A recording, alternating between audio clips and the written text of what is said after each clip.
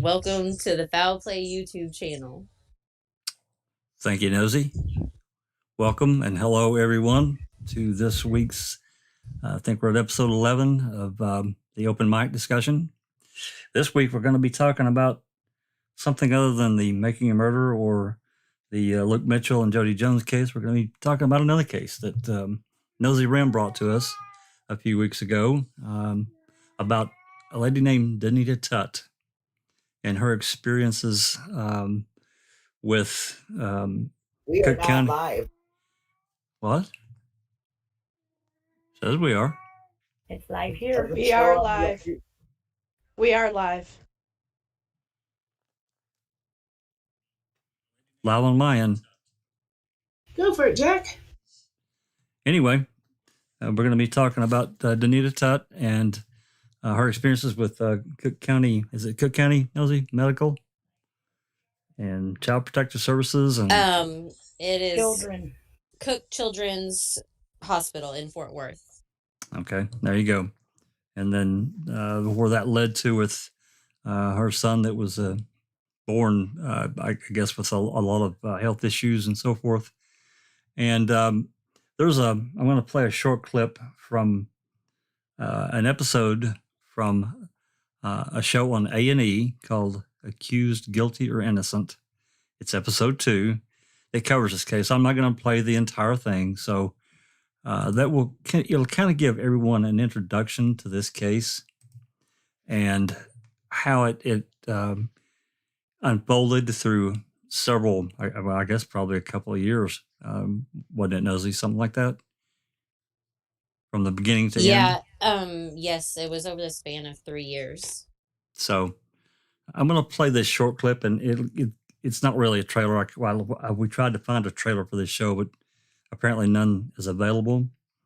But this will give you a good introduction to kind of how things began and kind of where it led. And then we've got some other clips we're going to play, and we've got some other things we're going to talk about in association to this, what is clearly to me a wrongful conviction. I mean, I guess everyone has their own spin on it.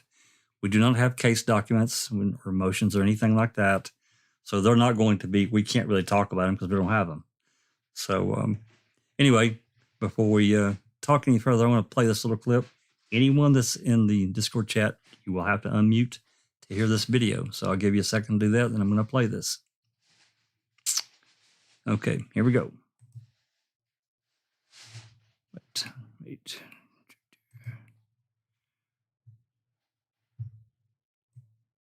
Now, here we go.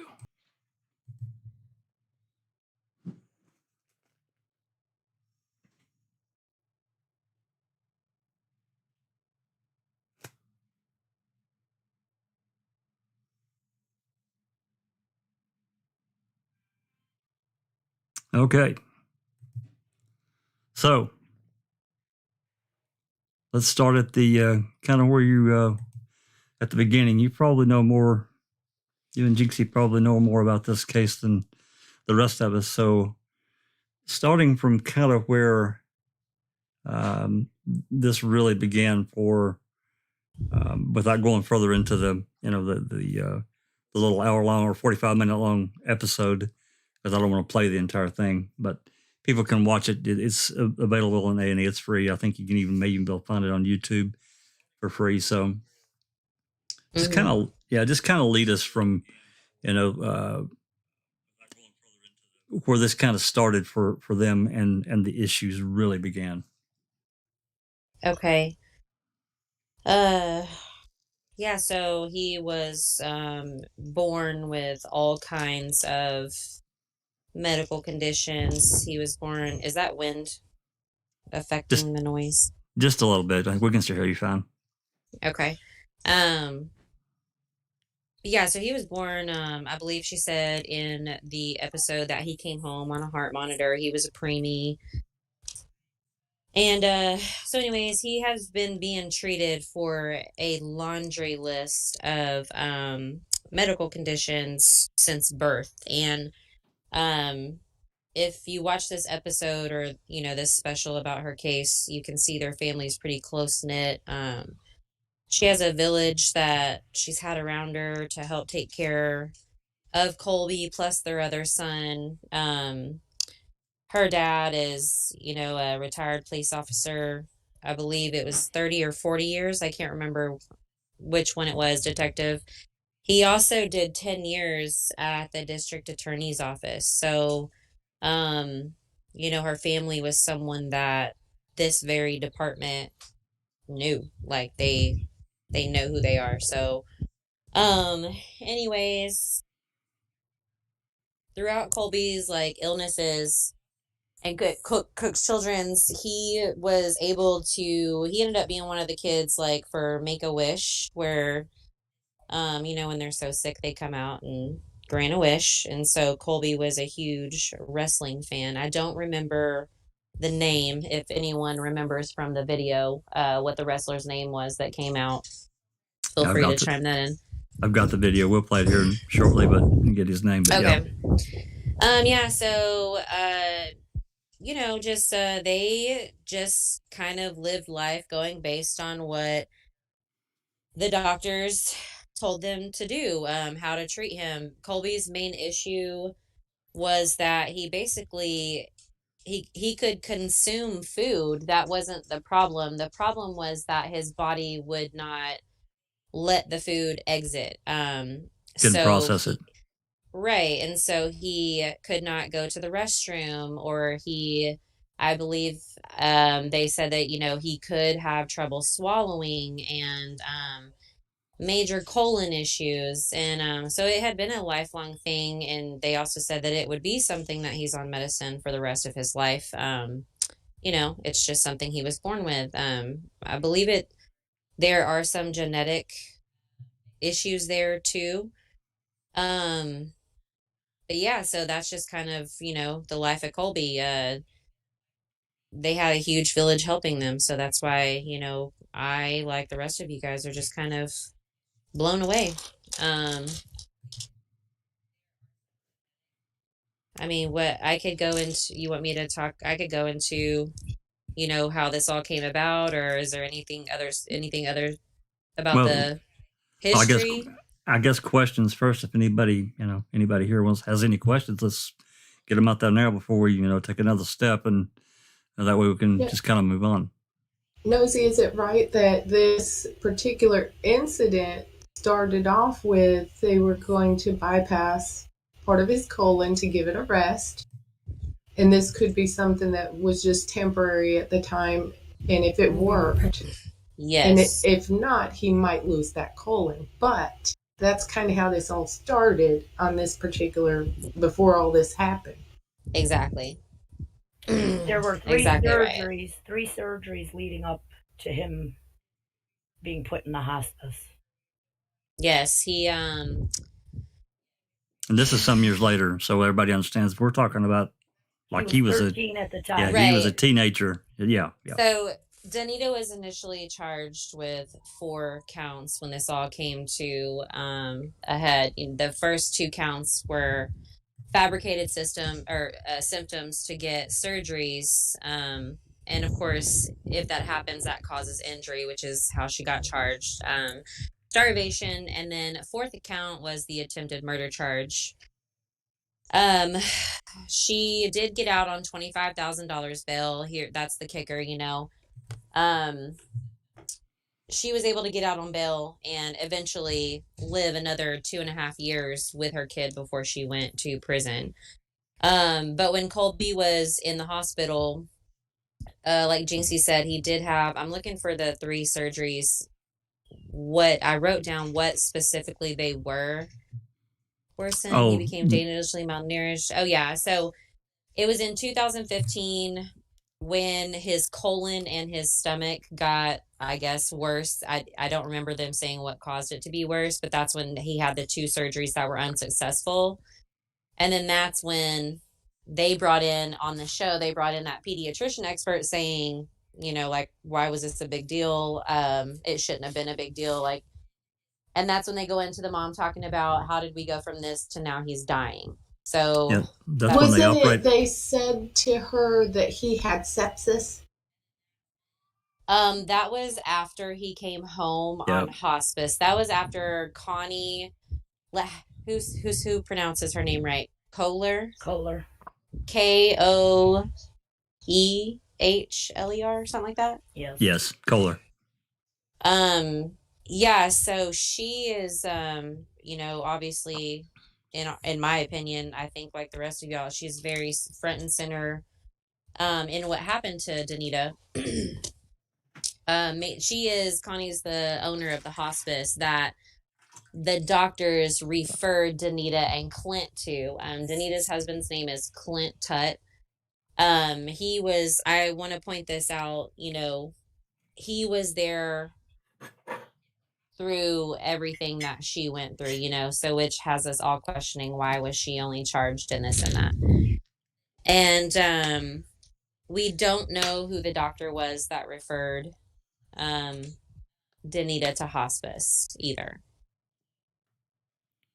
But it was somebody clearly at the hospital that said, "Hey, we've done all we can." There was a third surgery too, right? This is how I understand it. There was right 2 surgeries. They didn't work. They were going to try a third surgery, which was to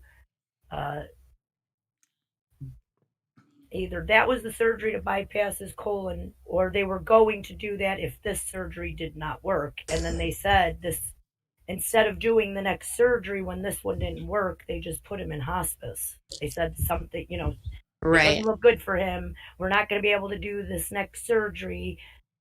You should put him in hospice, and they put him in hospice. They're basically saying there's nothing more we can do.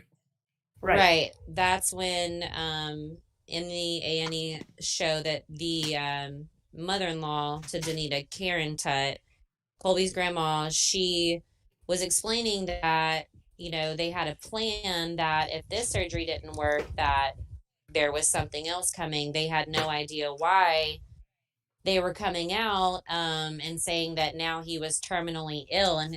And I don't know if this was like an editing factor of the show or whatnot, but they don't explain, and we don't know yet, what did they diagnose Colby being terminally ill for?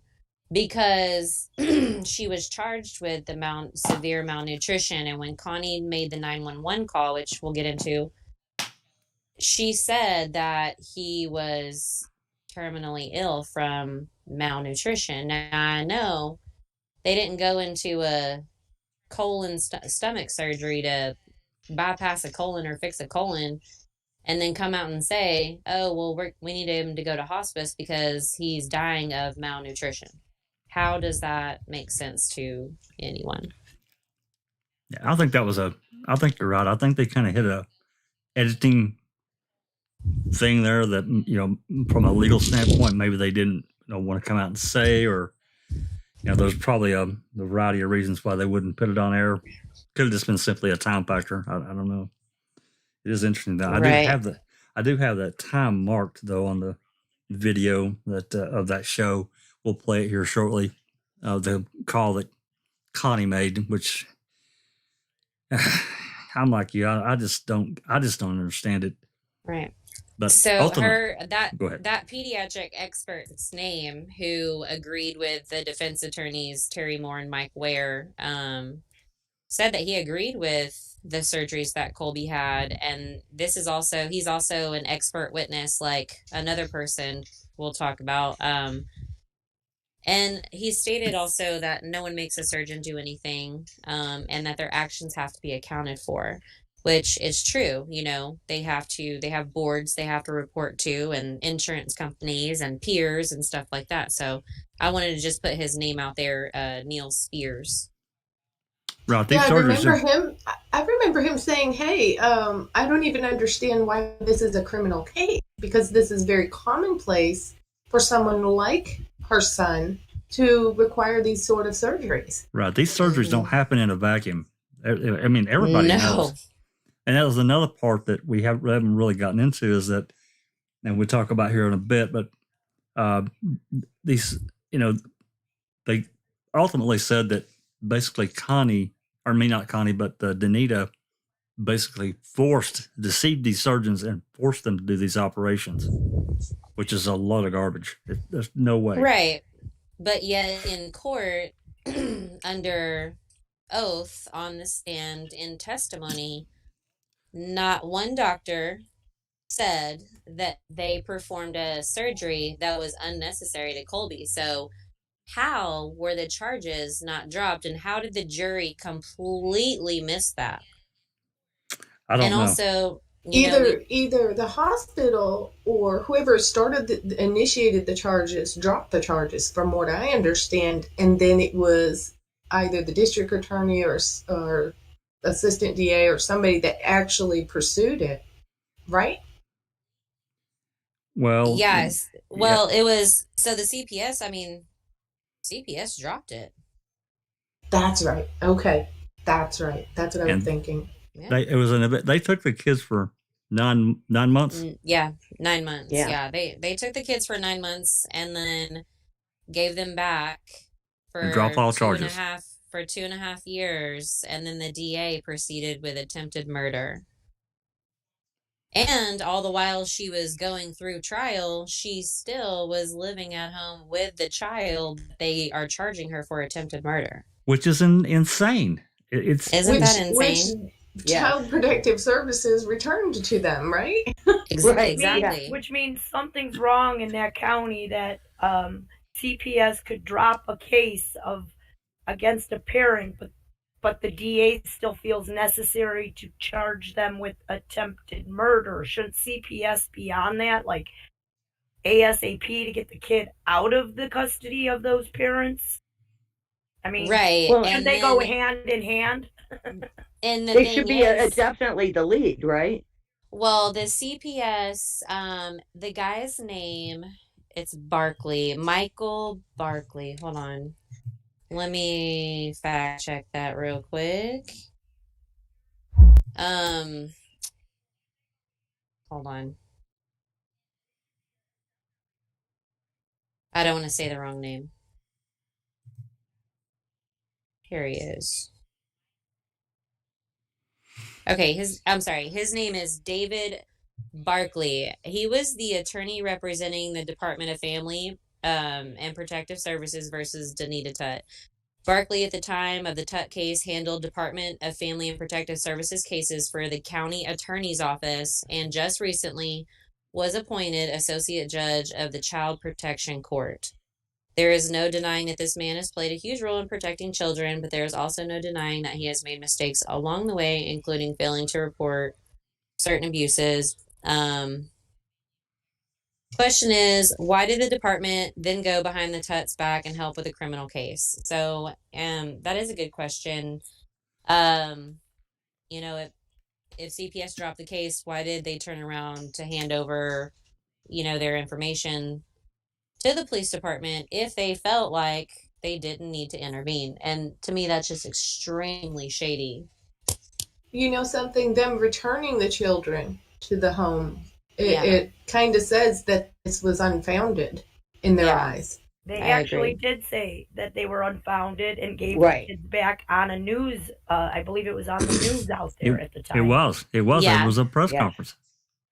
It was. I mean, that's what baffles me about this whole case, is the fact is, if they're thinking that she's doing damage to her child with no feeding them and everything like that, why did they let the children go back into her custody? Well, It was unfounded. It was unfounded. They shouldn't have, if they believed that she was doing harm. Well, she was found guilty of trying to kill her child, so CPS failed those children, right? Like placing them back in this care for 2 years. That's a dangerous move. Something else happened. There was that kid. What was it? Gabriel Fernandez. Gabriel Fernandez. They gave that child back to parents who were abusive, and what happened to him? He died. They took the risk of giving those kids back to Danita, even though she was being charged with attempted murder. So CPS looks like morons, in my opinion. I agree. What are we missing here? There's got to be a connection. Well, the little part what set it all off was the 911 call when Danita picked up Colby from the Yeah, Ronald McDonald House. kind of explain that, because I don't think people So Yeah, in the days before this, wasn't she being told, like the doctor suggested this Connie, and she's now kind of transferred the child from that to Ronald McDonald House, where he could comfortably, be Right. kept, be managed, taken where care of. where he's comfortable and all of that. But then they're telling her, oh, but don't feed him, don't give him food or water or nothing. And he has however long, they don't even know how long left. And she's being told he's dying. Well, Connie told Danita at one point that he only had a few days left to live. So he was originally, when he was referred to hospice, he went home on hospice. So he, like most people do go home on hospice. And he developed a blood infection. Sepsis. And sepsis. Okay. Yeah, and so Connie wanted to bring him to the Ronald McDonald House. So Danita, they were under the impression that This is it. let me back up a little bit. So Danita and her family, after in all caps, okay, all caps, after they put him on hospice, and for kids to be on hospice, you have to have 6 months or less to live. After they put her or told her that he needed to be on hospice is when she bought the casket and the headstone with all of her family involved in the decision making. And it was presented in Connie's affidavit, it was presented that basically Danita just was like, couldn't wait to get on the phone and buy Colby's casket and headstone, which isn't the case at all. Like, they did it because they were told that he had 6 months or less to live. They were basically, the Tutts were following the direction from Connie. Yes. Yep. And so Colby goes home, he gets this blood infection, sepsis, and then Connie brings him back to the Ronald McDonald House. So she doesn't own the Ronald McDonald House. She just has rooms at the Ronald McDonald House. And it literally just sits right in the Cook's Children's, like, it's a massive, I couldn't even begin. If you just look at it on Google Earth, you can see the size of this hospital. Ours is right across the street from our children's hospital. Yeah. I know what you're talking about. And so they're there. And did any of you guys catch the time frame that they were there? Because remember, there was, after he got the sepsis, I guess he was there for a good 2 weeks, because apparently, according to Danita's dad, Colby never had a full round of antibiotics over a 2-week time frame. So all of our nurse friends in the chat. Actually, Connie, who said it on the call, I believe it was. She said was that, it? or I don't, maybe not, but it was maybe it was what he said. Connie said, maybe, now that I'm thinking about it. Well, but what she miraculously recovered from the sepsis when she hadn't given him any antibiotics. I thought that was on her call. Speaking of the call, let me go ahead and really find that hard to believe that that he even had the sepsis, because I doubt if he had sepsis without that antibiotic, there's no way he would have suddenly, miraculously, doesn't have it anymore. Yeah, so we don't know. We don't know who drew the blood to diagnose him with that. We don't know if, Colby went to the doctor we don't know if his doctor sent the LabCorp order, or if Connie for some reason did it, because typically hospice just is there to make you comfortable as you pass. They're not there to actually treat you. I know there are different types of hospice, but I don't think Colby was, I don't know enough about that to really speak on it, but I'm just saying my impression based on what I know is that she wouldn't have been the one drawing blood to find out about a blood infection. Oh no, A&E absolutely. does not really make it clear on what put him in hospice in the No. first place. No, we They don't They know that. make it sound like he was in the hospice at home, which Connie was then his caregiver at the home. He developed sepsis in her care, Mm-hmm. right? Yep. Mm-hmm. And she suggested that he'd be more comfortable dying at the Ronald McDonald House. Mm-hmm. Yes. And they took the kid to the Ronald McDonald House. And then it was like 2 weeks he was there. Right. And the family called there and she told them that he was sitting up and eating.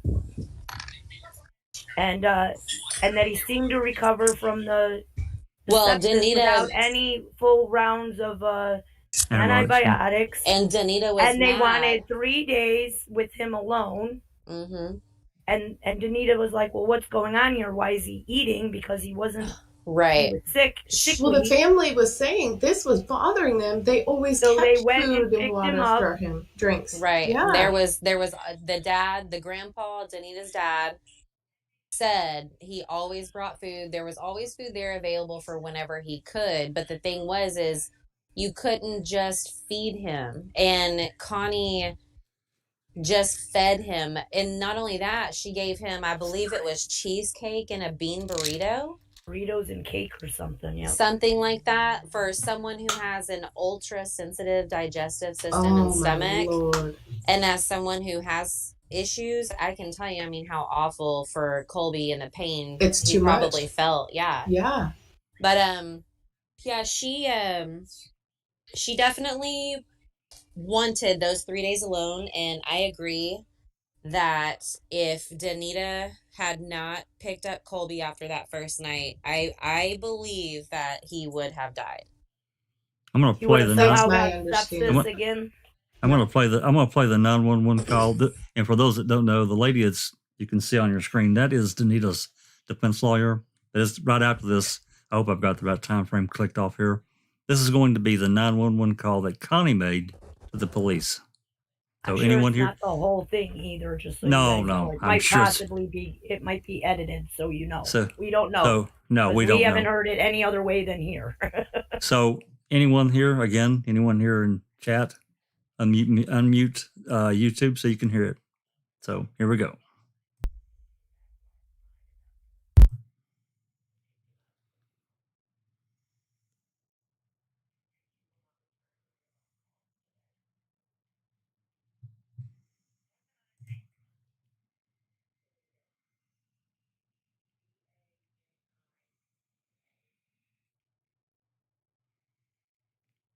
Okay. So, I mean, I have to agree with you, Nosey. I think that, and anyone that's kind of dug into this a little bit, I think that if they had went and got that kid, he wouldn't have survived. Yeah. 100%. Danita, I think Danita was listening to these people around her. Yep. And she was upset because she didn't want to starve her child. And they were telling her, from what I could understand, Connie was telling her, you cannot be giving him food and drink because this is going to prolong the inevitable. Mm-hmm. And she didn't like it and decided to bring him home.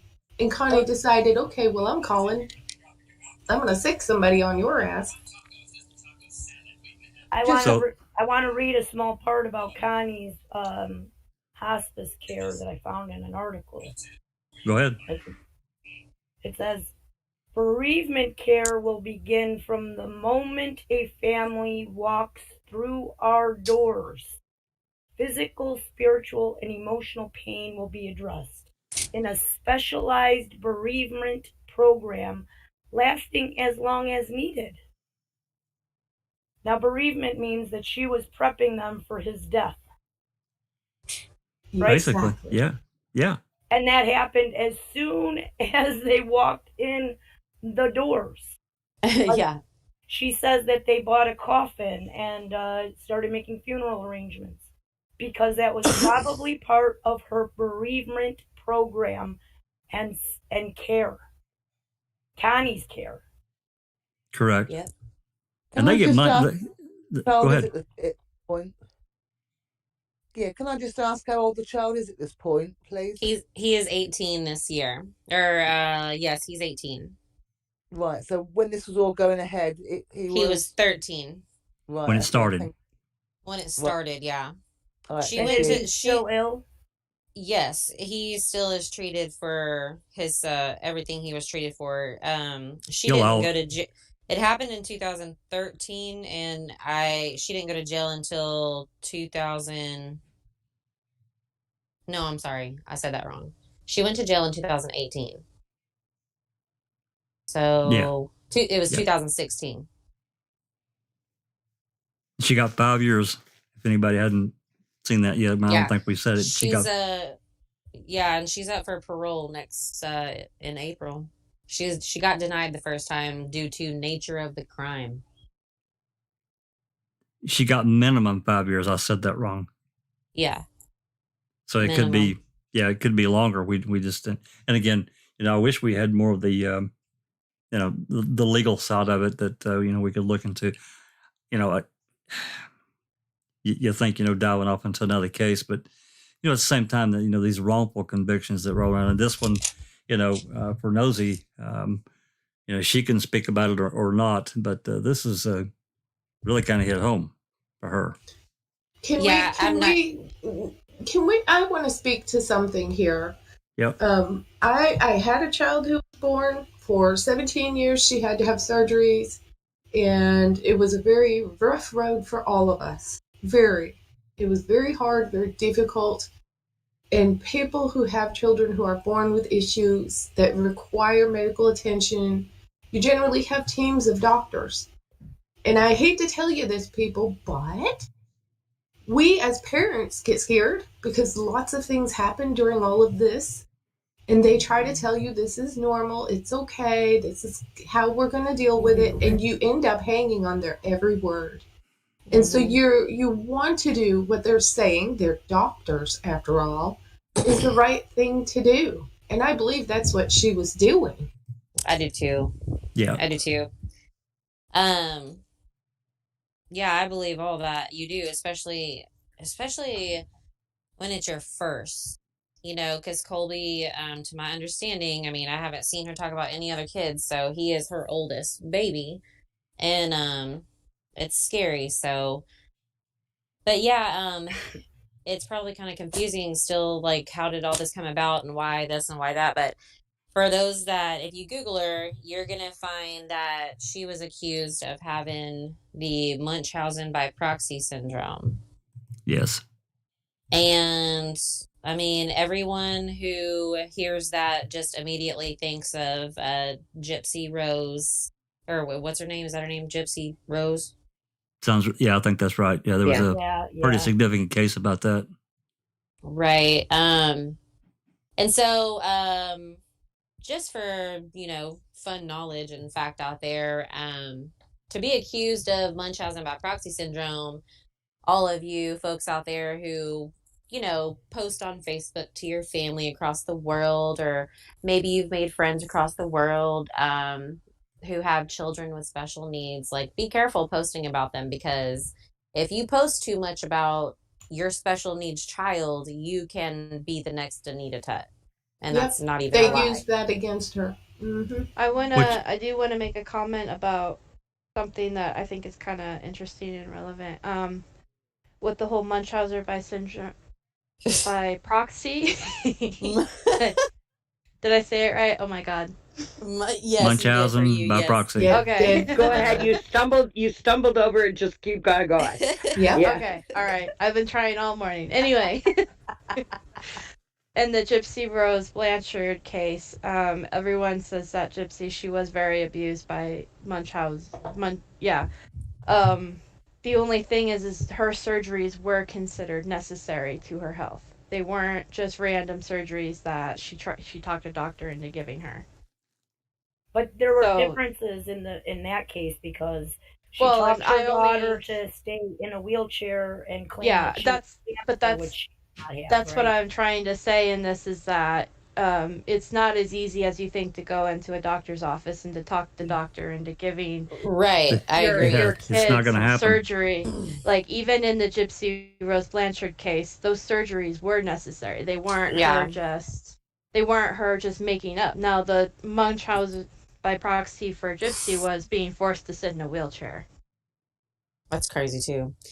So I tried that's to just something I relay. wanted to kind of point out because just how hard it is to do that for a child, especially having surgeries and all that. Like, Well, there's a liability can't- issue for a doctor, you know. I mean, short of Right. cosmetic Yeah. surgery, you know. And I don't have like the statistics like directly in front of me. I have them somewhere, but my notepad is so full. I But it's I did look up. I think I know what you're talking about the rarity, and maybe Dr. Silkman can chime in. He's from his perspective, okay. but I looked up the percentage wise, and I think it said the one thing that study that I found was that of 100,000 people, there were 2 cases of true Munchausen by proxy. So, you know, if you do the math, that's like 0.00 something two. You know, it's a very minute amount of.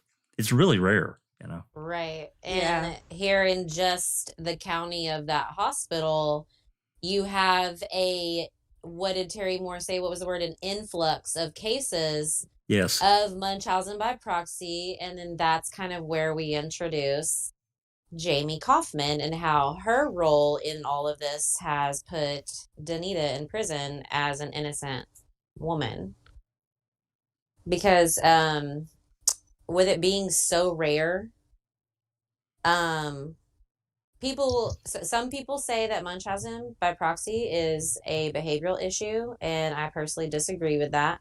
I would say that so far the research has said that doctors and lawyers think that, but then there's other research out there that it's a syndrome. It's a mental disorder. Yeah. Like a Right. psychological or like a mental illness. Right. And so that is, you know, for it to be something along those lines, how does a pediatrician who never interacted with a potential victim or the offender diagnose a grown adult with a psychological disorder for a court of law? I'm still confused on that, if anyone has any.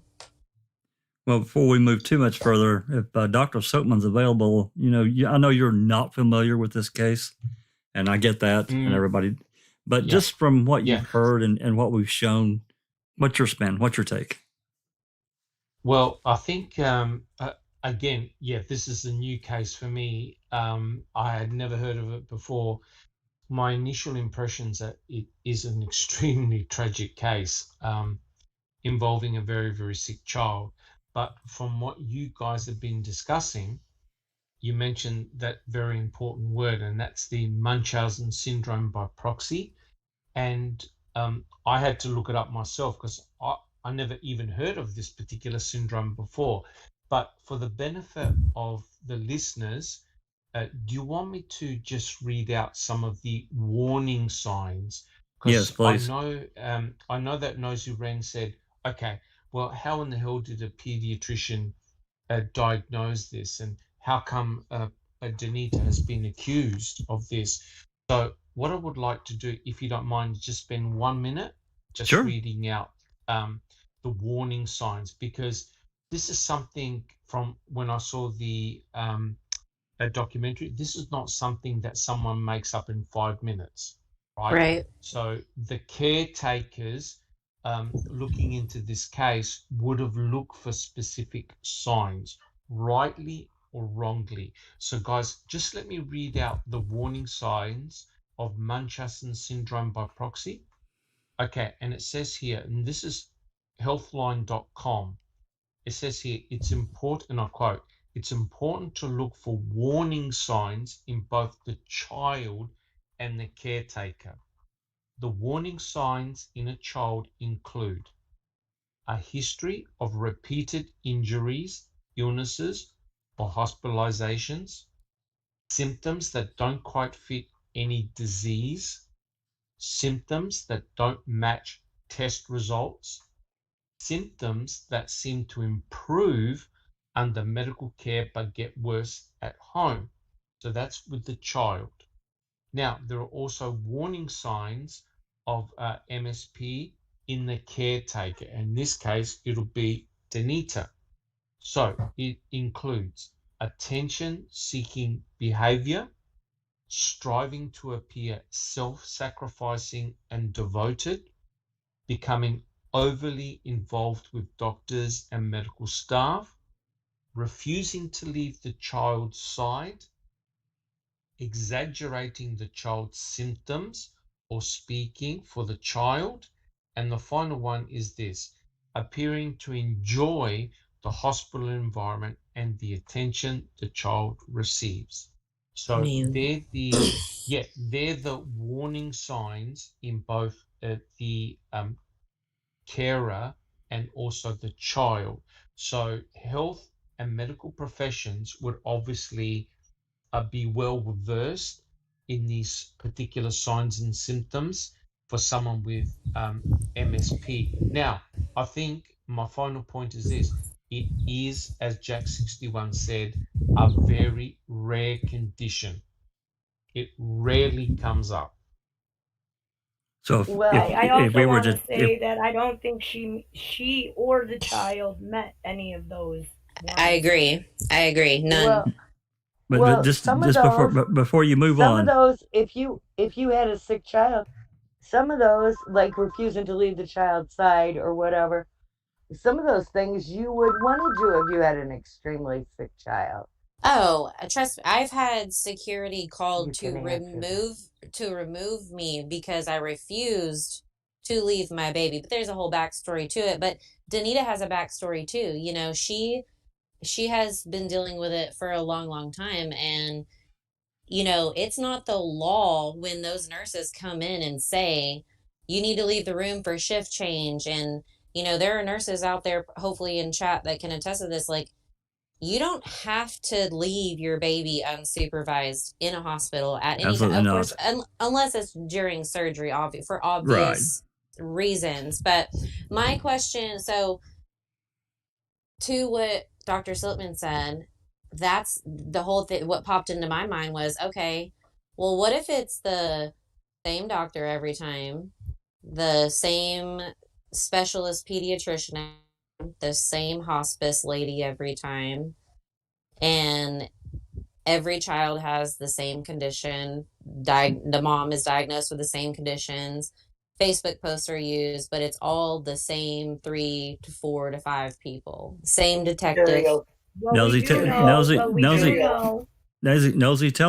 Dr. Silkman how many cases in the last, 10 years that have popped up in this county alone? Well, yeah, just in this county alone, since 2015, as rare as it is, there's been 5 attempts, or there's been 5 convictions since 2015.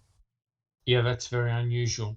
And the supposed expert, Jamie Kaufman, who is on this case and is the one who accused her of Munchausen, she was on Dr. Oz, and she was telling Dr. Oz that she gets about 5 to 10 cases recommended to her to look over to see if any of them meet the criteria for this Munchausen by proxy. And 1 out of 10 every month meet her standards for this. And she's always the expert they call to testify against these people. Yes. And specifically in Colby's case, he happened to be one of like the older kids from all of these convictions. And Jamie Kaufman allegedly went through 11 to 12,000 medical records for Colby before she decided to look at, so she went through 12,000 medical records and then looked at Danita's Facebook posts and said, yep, that's the one we need to file charges against. So my question to that would be, you know, when did she get these records? Did she go through them by herself? You know, did she take notes on them? Like, how did she go through 11 to 12,000 medical records? And what procedures, what diagnoses did she say in court did the doctor say that Colby had based on what Danita said? And I guarantee you the answer is 0. Yeah, because they're Well, she accusing said her. there was 29. Yeah, they're Well, accusing she's her of Show. glorifying these this right. all this attention seeking that allegedly Danita is trying to get these Facebook posts. When what she's trying to do is inform people of how Colby's doing. I agree Right. with T1. He says all the same players. Big red flag. Me Yeah, too, T1. me too. I agree. Yeah, huge red flag for me. You think about this. What kind of connections to which particular doctors does this Connie have? Yeah. And the people around Connie who are communicating with her, working with her, and approving all of this stuff, referring people to her. I think this was a woman that really felt like she was fixing to lose out on some moolah. Sorry, Oh, yeah. I want that's to what say I think. something about Connie too is she will not take a child into her hospice, according to this article I read, unless that is a referral from a doctor. Right. and then after she and her staff have examined the child. So she wouldn't have even accepted Colby into her system unless she felt that the referral from the doctor Supposedly. Was correct. Right. Supposedly. Right. And then when she took Colby and realized that he was better and getting better, she was like, oh shit. And when Danita had her gut moment, her mom moment, and said, I can't leave him there. And because at the Ronald McDonald House, for people that don't know, it is a come and go place. It is not a place that you have to check in and out. You do not have to ask permission. You come and pick up your baby if you want to. It is at your discretion. And so that's what they did.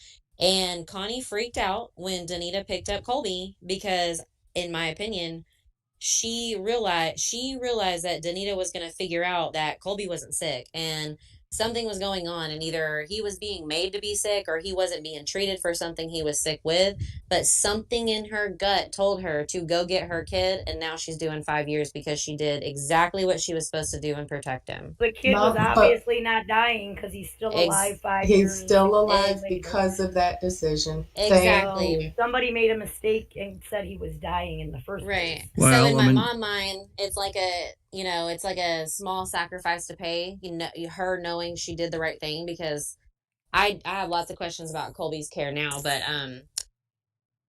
yeah, Jamie Kaufman, what's interesting about her is all of her little YouTube videos that she does for Cook's Children's Hospital. It directly contradicts everything that she used to help prosecute Danita, especially when she talks about grief. Obviously Danita grieves in a certain way as a mother would when your child, has special needs or whatever. And she goes on to talk about the only cure for grief is to grieve. And she talks about how you're supposed to grieve however you want to grieve, and how do you be there for people? Oh, well, you're just there. And she just goes on and on and on and on and on and talks about, how are you there and how are you there, and everything that she says. I'm trying to find some interesting quotes. Jinxie, if you remember anything specific, I know you looked at these with me. Well, I'm going to bring up another thing that we talked a little bit about last night about these 3 surgeries. And, this is pure speculation, people. So just don't take what I'm going to say next as gospel, because this is just me talking.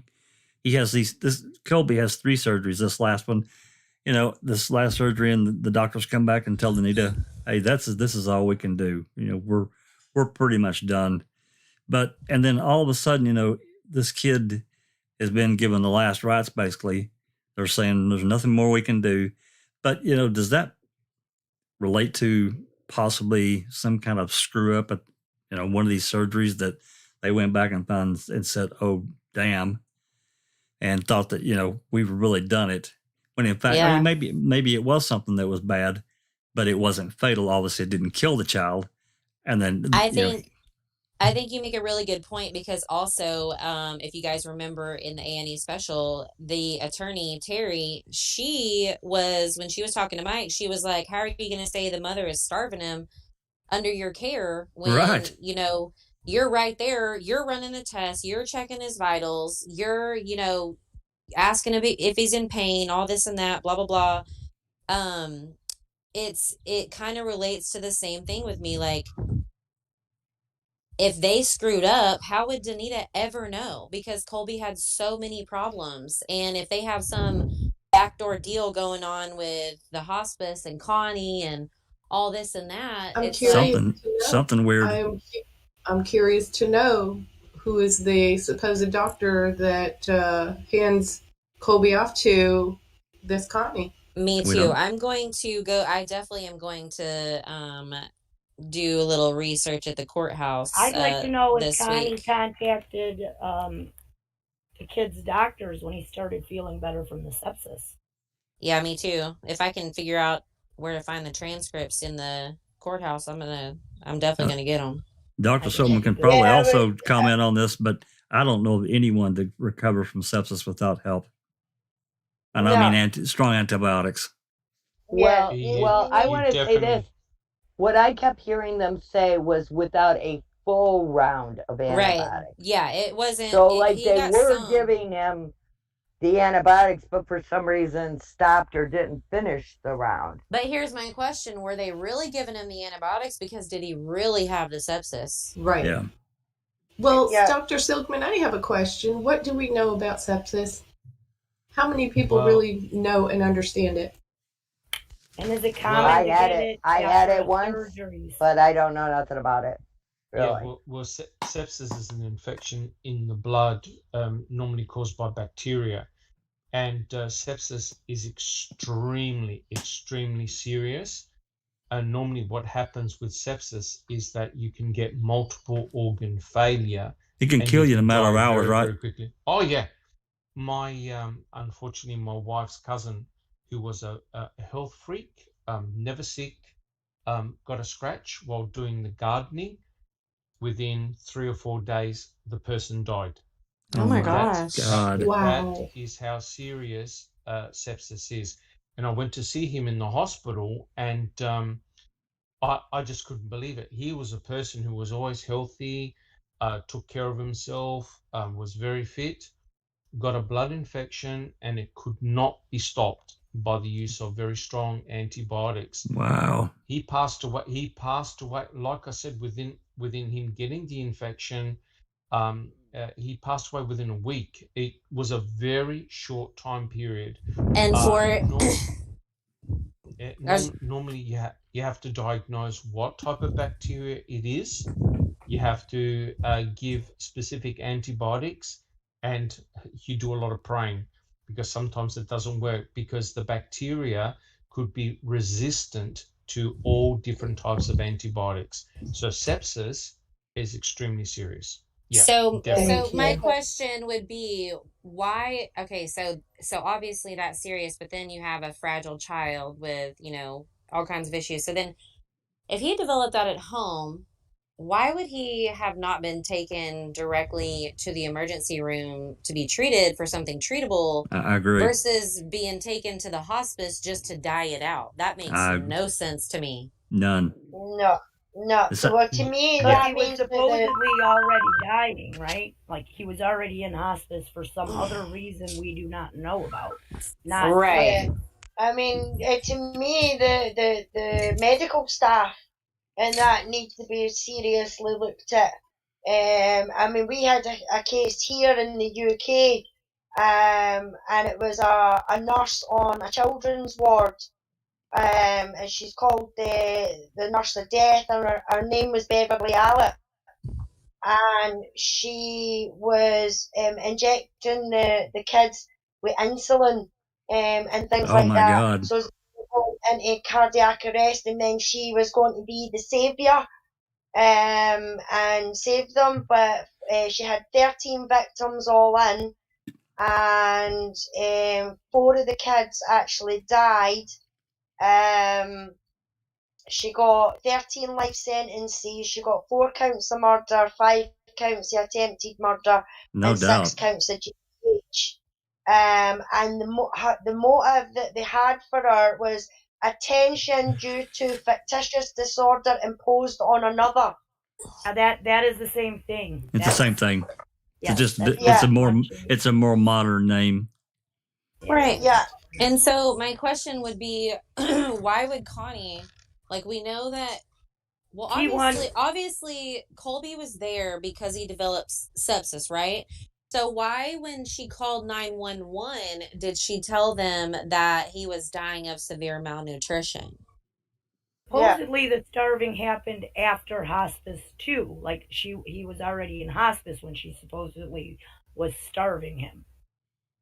What? To the That's best how of I my took it out. knowledge, this was something that Connie was telling her had to take place.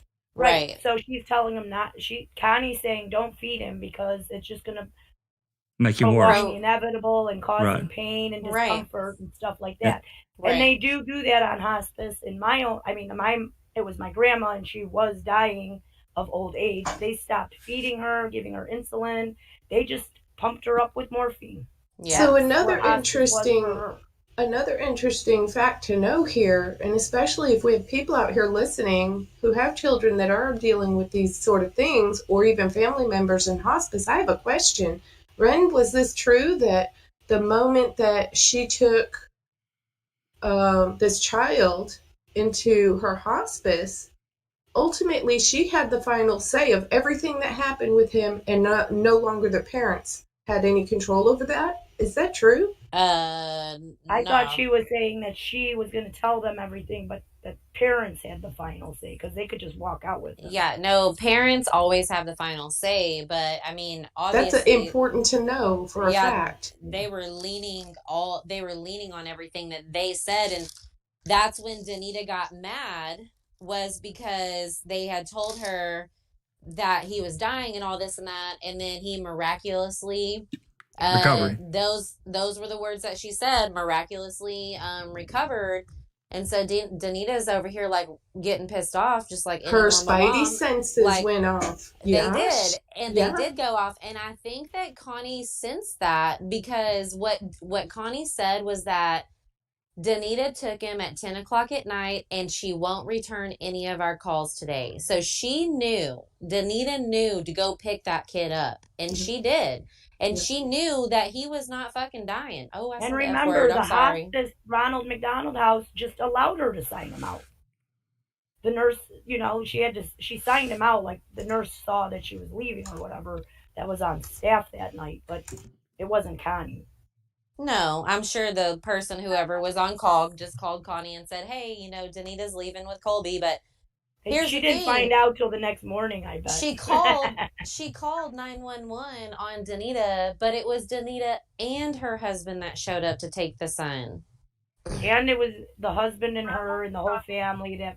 And it was after a phone call. T1 brought up an interesting thing. I've been wanting to say this for, 5 minutes. He says, wonder what might have been found when they opened him up on the last procedure, like a sponge left inside of him from a previous surgery, causing the infection. So could the sepsis have been caused by something like that? Maybe Dr. Silkman could tell us. I don't know. Well, yeah, of course. It can occur with things like that, but I think we've got to be a little bit careful, because if Colby had a lot of gastrointestinal problems, that you've got to have a healthy GI tract. A healthy GI tract helps counteract bacterial infections, right? So I have a feeling with this particular child, and again, I haven't seen any documents, I haven't seen any of the medical record.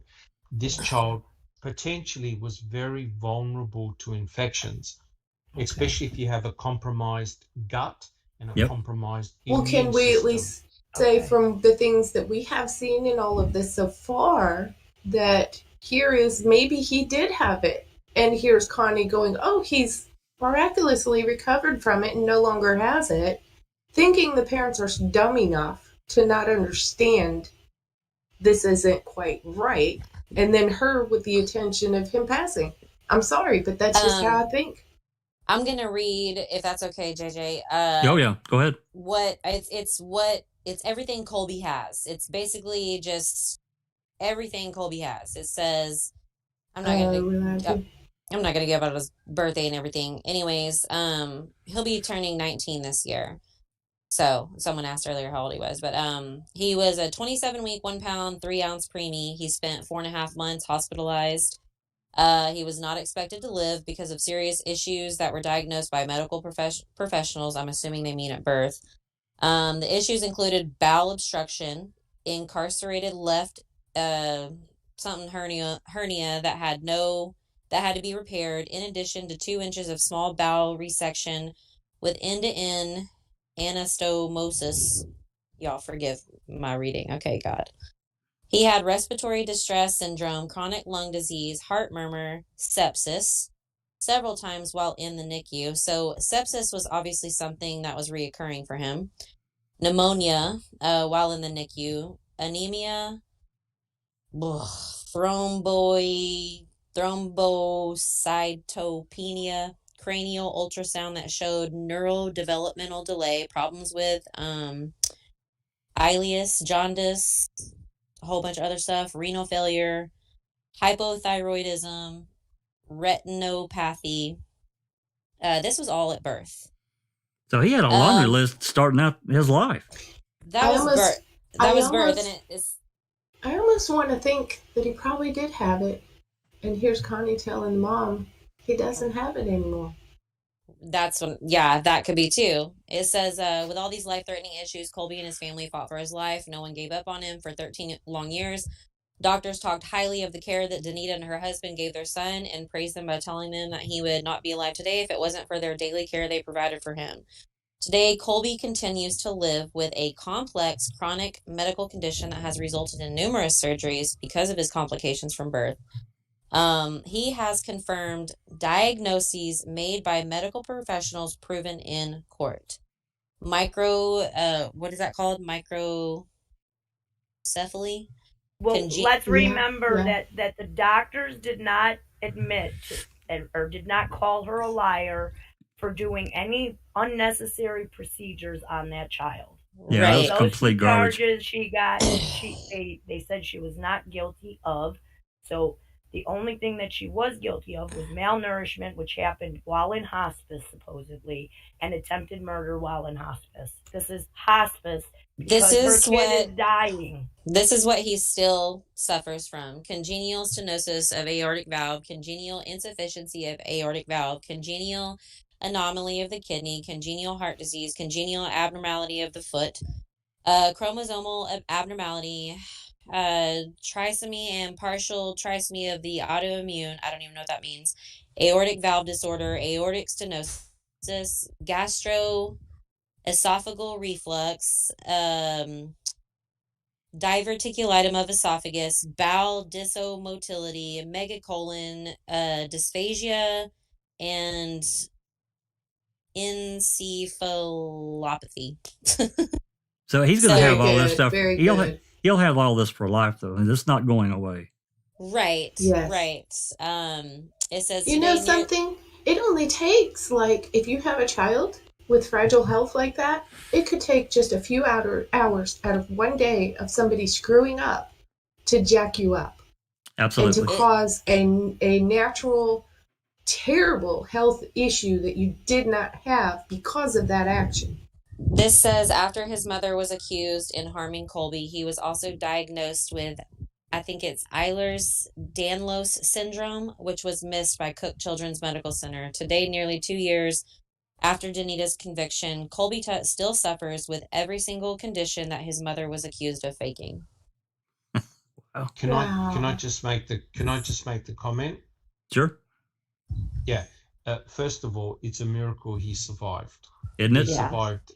He survived childbirth, and he survived his early few years. This poor child is sick from head to toe. Yeah. From head to toe. He would need constant medical attention 24/7 for the rest of his life. Now, the issue I see here is that, unfortunately, medical professions are trying to pattern match. You know what I mean? That list that I read about the causes, the signs and symptoms that you look for in the caretaker and child. The medical professions tend to pattern match, and they look at the mother, they look at the child. The problem that I see in this particular case is that there's no faking any illnesses here. That child is severely sick.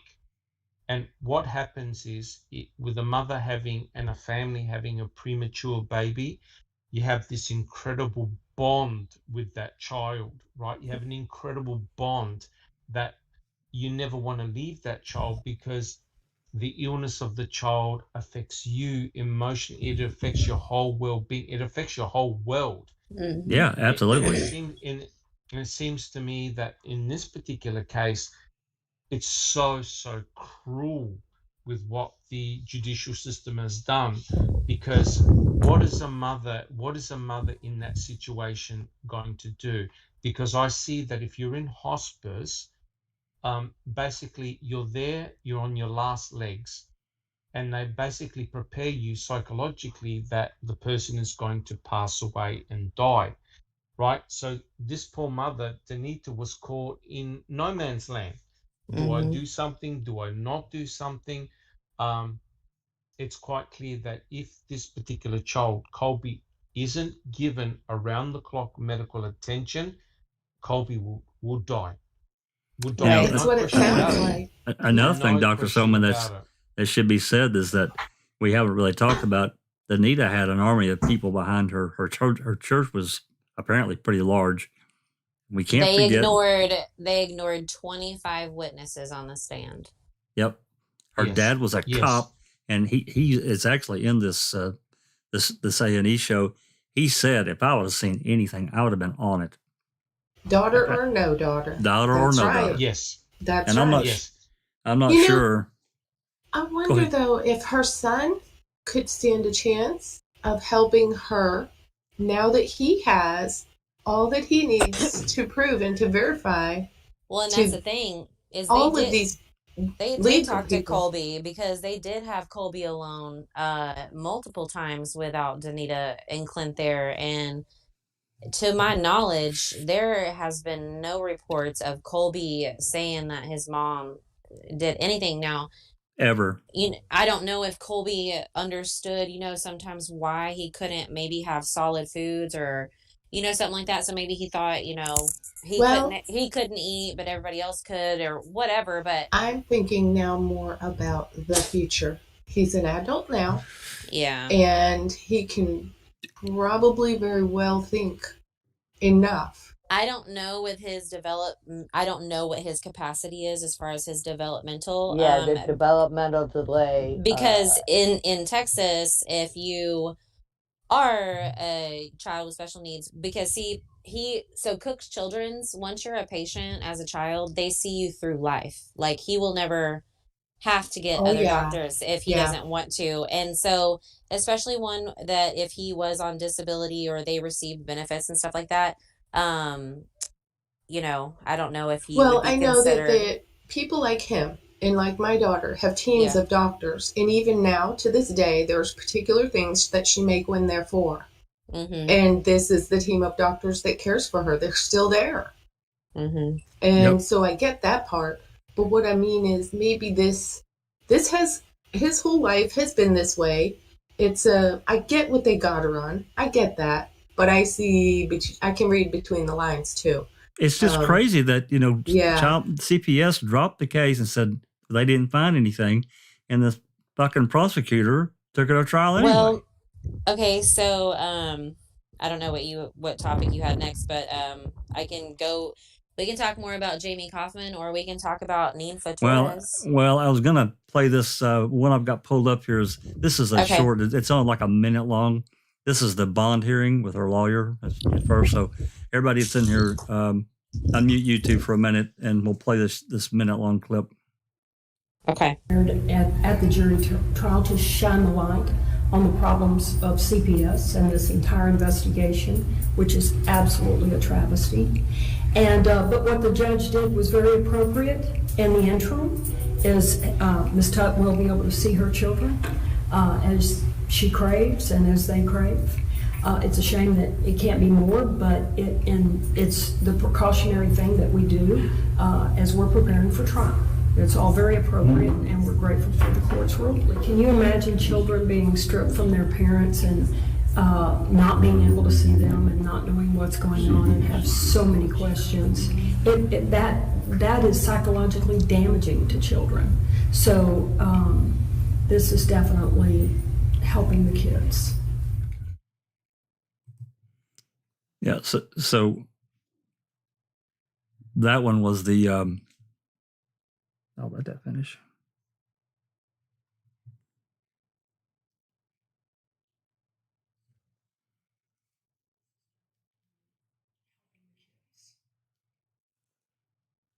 So that one, as I remember when I pulled it off the web, this was a bond hearing.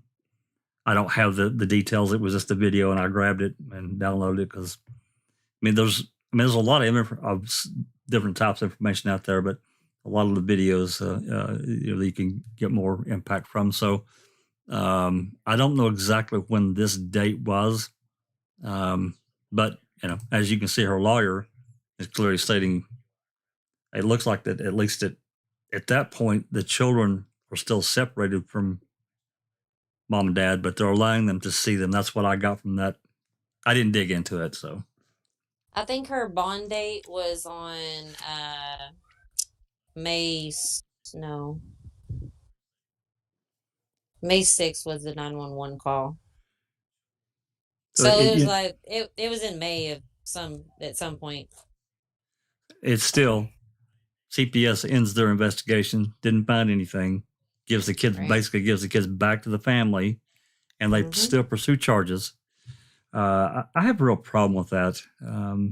My thing is it took them 9 months to get the kids back, but at the same time, Danita still had visitation, and so after 9 months, they couldn't take Danita to court to say can't have her kids, but then they just turned around and handed over their investigation to the district attorney's office. I don't understand why they just bypassed. I don't know why they bypassed CPS like that, because in my opinion, it wouldn't help the state's case if CPS dropped the case. It would, it would help the defense, right? Right. Go hand in hand. Right. And so, like you said, that one guy who was the DA for the city or for the town or county or whatever it was, specifically did the cases through CPS. Those were his cases alone. He did child abuse cases, stuff like that. That was the attorney to do those ones. Now he's a judge. For the same thing, for crimes against children or something like that, right? Yeah. Is it 5 years to life? Yeah. So just because she has a minimum of 5 years doesn't mean that she'll ever get out. That's crazy. That's crazy because they could just keep languishing this sentence.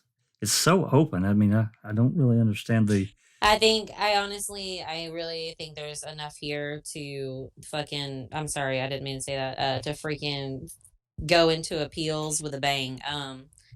She does already have an appeal filed. I have not found it yet. I will find it this week, but she is an appeal, so I'm hoping for the best. I hate for her to have to, be on parole because she should be completely exonerated of this. But even on parole, will it be maybe not in Texas, but like in Wisconsin, Avery was not able to get out on parole for the 85 case unless he had admitted to doing the crime, which he would never do. It's the same. And you have to show that you're sorry. Remorse is a big part of it. I'm sure just from a mom's heart, she'll say anything they want her to just to get out and get home. Because, Colby's already turning. Yeah, that would mean she would admit guilt to get out to see her kid, who is obviously sickly. And he might not have a very long life, from what I'm understanding, if he's the sickly. But she can still be exonerated. Well, that's what needs to happen. Yeah. I'm going to play another. I'm going to play another clip, and I think this is the part, if I mark this right, where they're talking about using these Facebook posts against her. I think I marked this right, but anyway, unmute YouTube again. Let's play this clip. We'll play a little bit of this. This is from the A&E episode 2. So.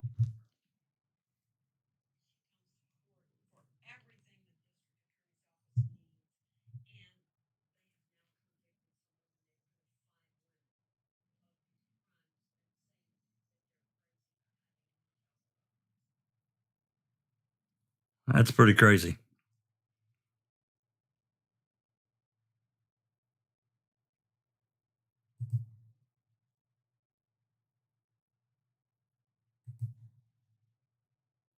That finished for everyone? That's that. She needs to be looked into more. You know what I mean? Because it's the 5 cases, she's been the expert on it. And to me, that sounds dodgy as fuck. It really does. Something needs investigating here. I misunderstood that clip before. She says 5 to 10 cases on Dr. Oz, but she's introduced as a child abuse pediatrician, not a Munchausen expert. Yeah, she's definitely the trend. She's the cause. She's so this connection between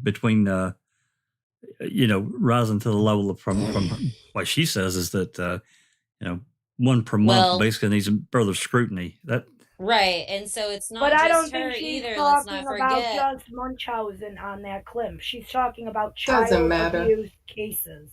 So don't there's matter. 5 to 10 but child then why is abuse she considered a Munchausen expert? What I'm saying is on that clip from Dr. No, I got Oz, you. she's I not know what you're saying. introduced. She's not introduced as a Munchausen syndrome by proxy expert. She's introduced as a child abuse pediatrician. So the 5 to 10 cases she's looking at are child abuse cases. Not Right. all of them will be from that. Not all of them are Munchausen. Right, but the cases being brought forth and prosecuted are because of her. Well, right, 5 of them. But then we have to factor in the leading detective in all this, who she reports this stuff to, and that detective basically has a how-to manual on how to identify a parent with Munchausen by proxy syndrome. It's like they're actively out there looking for these people. Why is that? I mean, I can only think of some type of payoff somewhere. Yeah, that's what I think.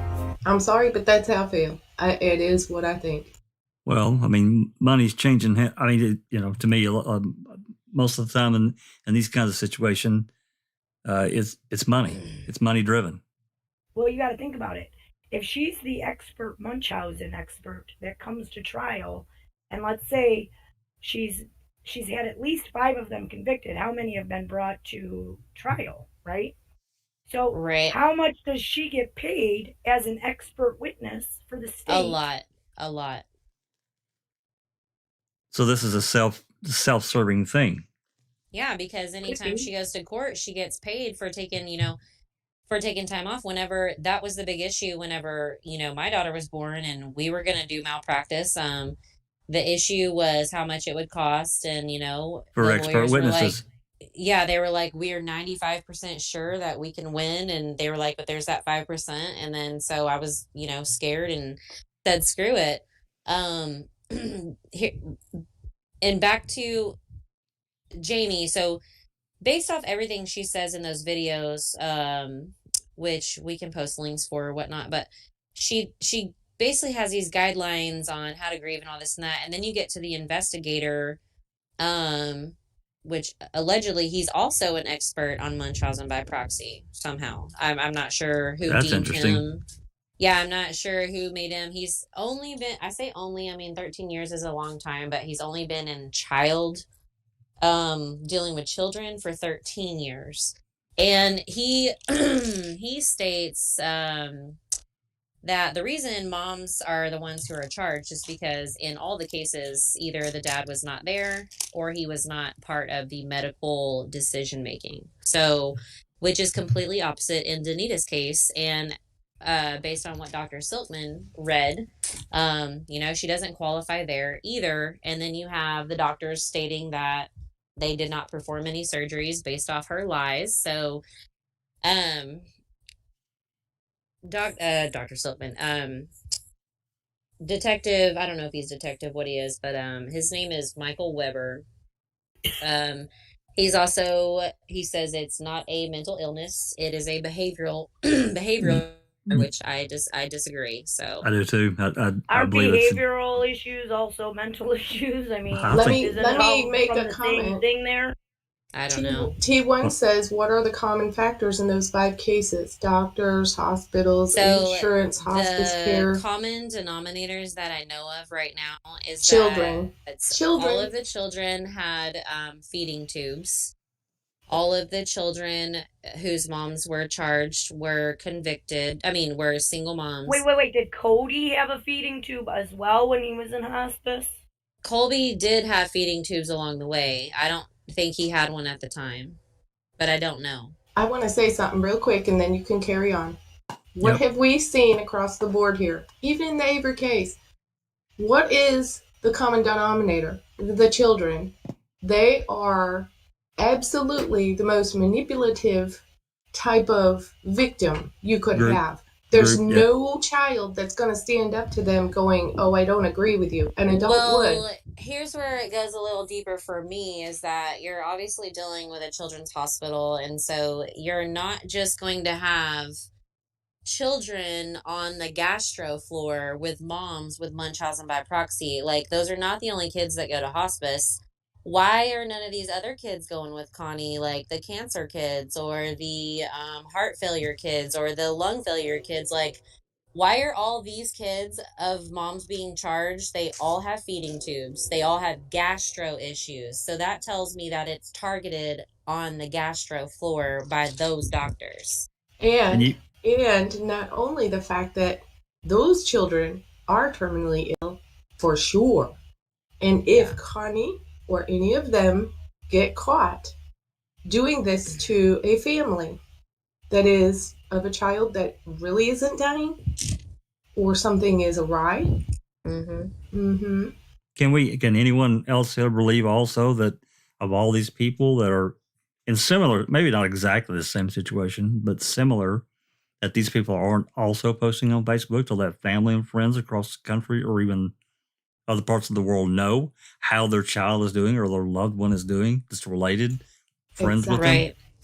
Well, and that goes in, I want to read kind of some of the things that Weber said. He, because it falls in line with the whole Facebook thing. And he says that in most cases, after a victim is separated from the abuser, doctors will provide the victim with evidence. Doctors will provide the cops with evidence that the victim does not have any of the said symptoms reported, which we know this did not happen in Danita's case. There was no evidence reported because they got on the stand and said they did not perform any surgeries that were unnecessary. As part of a medical child abuse investigation, the investigating officer should get an extensive social history from the defendant and interview possible witnesses who have contact with the defendant and victim. So Danita had 25 witnesses that were, ready for court. And the prosecution, we haven't even talked about her. The prosecution star witness was basically kind of what helped sink Danita. Let me see what else he said. So this detective, who is allegedly expert in this syndrome, claims the only answer a defendant has when confronted about an inconsistent history is, they misunderstood what she reported. So basically, he's stating that they approached Danita and they said, well, this is what you're being charged with, and that her reasoning was, oh no, they misunderstood me. And that's not true, obviously, we know, at all. And so my point of reading these, it says, the last one, social media is one of the most important aspects of medical child abuse investigations. And the reference that I have is, in case anyone wants to look into it, is the Elizabeth Honeycutt investigation. She shared messages, like you were saying, on Facebook. Her family was all over. Before contacting and talking with her, they were basically stalking her social media. And he even states in his little how-to, whoever you're looking at, like whatever person you're investigating, he says to look them up and find every single social media blog that they have and follow them. So basically, your freedom of speech on social media is what's going to be used against you if you have a sick child. Well, shit, Nosey, that's stalker behaviour to me. That's a fucking stalker. That's stalker behavior, and not for a good reason. And call me a stalker because I'm stalking and he you says, guys. and he says, quote, this is a quote. He says, act like a lazy investigator and tell them you just got a bunch of medical records dumped on your desk, So why don't you just tell me what's going on versus having to read through all that stuff? Like he's telling you how to get them comfortable with you and blah blah blah blah blah. Yeah, so I wrote down like a little article out of the Texas Code of Criminal Procedure. A lot of the times, whenever a crime happens in a lot of states, you can only file a complaint in the county or city that it happens in. But in Texas, when it refers to a child, it doesn't matter if it happens in the Panhandle or in the East, Southwest, whatever. You can file a complaint in any county or any city. So that's how she was able to be living in Johnson County and get arrested and charged in Tarrant County. Wow. That's He interesting. didn't he mention that in his 13 years as a child abuse investigator that he's had 21 cases that he's investigated for this specific Munchausen syndrome by proxy? I don't know. I don't have that one written down. I thought I read that in his little article. The Um, one that you're talking about. I did make a little note. It says all 4 cases prosecuted since 2009 were cases where a gastric tube had been placed and it wasn't necessary. So what Ooh. funky monkey doctor was just putting in gastric tubes without doing testing and everything that they need to do? That is suspicious to me. How do you get a doctor to mess up and do that to 4 different kids? Something else, I like I mean, said earlier. my kids have gone through, I mean, my daughter, she's gone through stomach issues and she's gone where she couldn't eat or she couldn't go to the bathroom, and a feeding tube was just not ever an option. So that just blows my mind. I mean, to me, there's something we're missing here. Actually, a couple of pieces that are significant to connect the dots.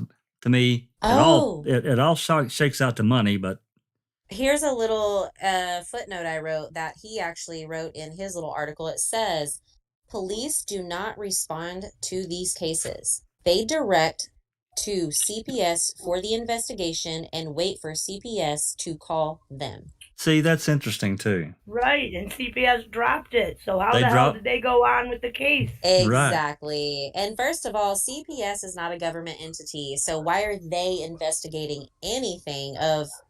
I understand they're there to see, like, you know, if there's bruises, if there's physical marks, is the house clean, if there's drugs, you know, whatever are they clean? But they're not there to do a criminal investigation. That's not what CPS does. No. They take pictures and whatever. So, yeah, but they even said, you know, CPS turns it over to them. Well, why did they drop the case and then turn it over? That makes no sense. I'm going to play another clip here of, this is Jamie Kaufman. Let's see, healthcare conversations. Says good grief, Dr. Jamie Kaufman, Cook Children's. So I'm not going to, this is an 18-minute clip. It's clearly, I mean, that we found all this stuff online. You can go find any of this stuff. And, but anyway, I'm going to play this is a kind of an introductory, and then we can talk a little bit more. So if you've got YouTube muted, please unmute it.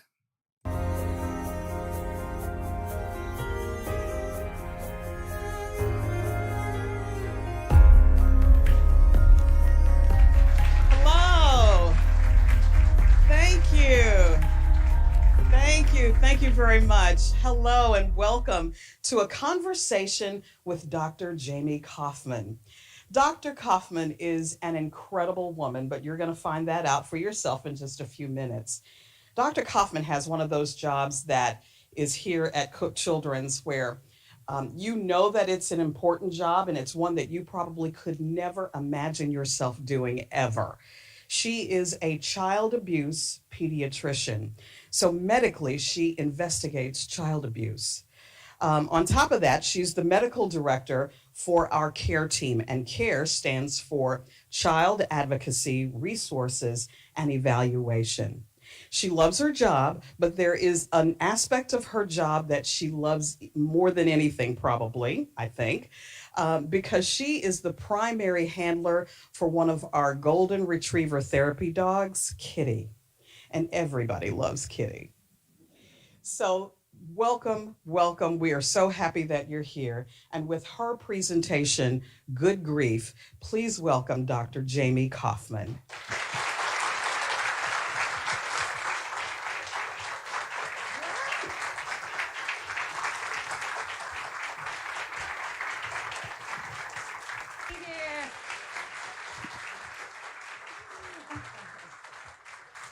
Thank you for that warm welcome.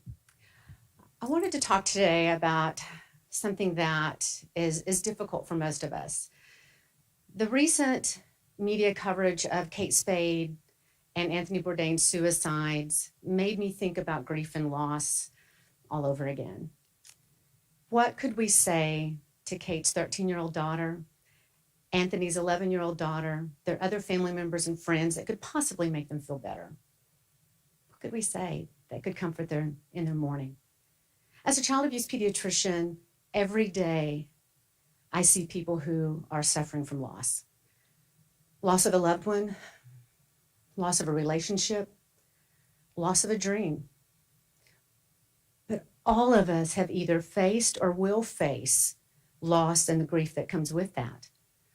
So that means that all of us are faced with what do we do when confronted with somebody who is suffering and grieving.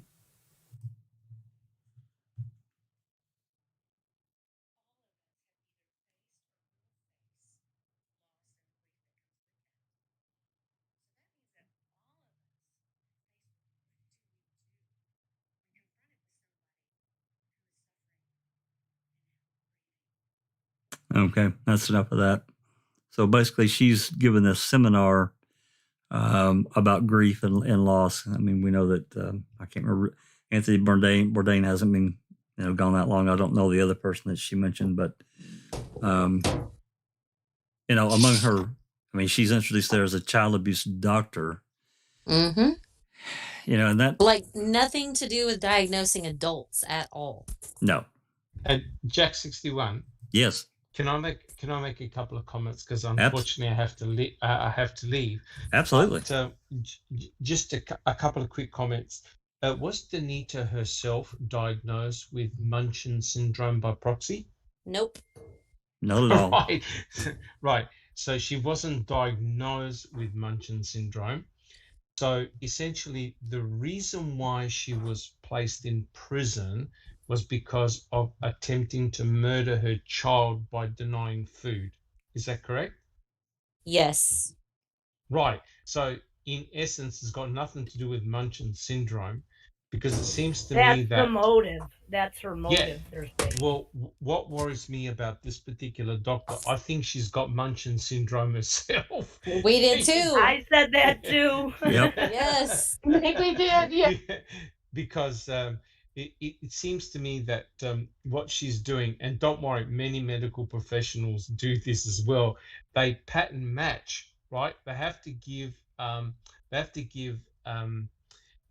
They look at a syndrome and they look for particular type of matching symptoms in both the child and also in the carer. But in this particular case, Colby was born with many, many illnesses. Mm-hmm. So it's not like the mother is actually projecting these illnesses on the child.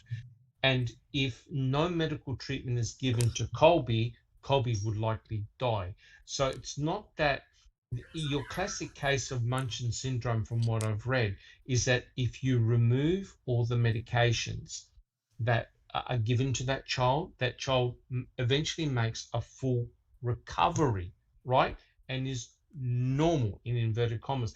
But in this particular case, Colby is never going to be normal per se because of all his prevailing conditions. So it racks my brain how on earth Danita could be charged, because it actually makes no sense. I reckon you can forget about Munchausen syndrome. I think this particular type of specialist is trying to either make a name for herself or try to pin some type of syndrome on poor Danita. And the trouble is, right, we know once you've got a label pinned on you, it's almost impossible to undo it. I think it's very, very tragic. Very tragic. plus the monetary reward that she gets from it as well, because she's double dipping here. She's getting paid, in her regular profession. Then if she gets called as an expert, hey, there's more money. That's correct. That is correct. But the other problem is this, right?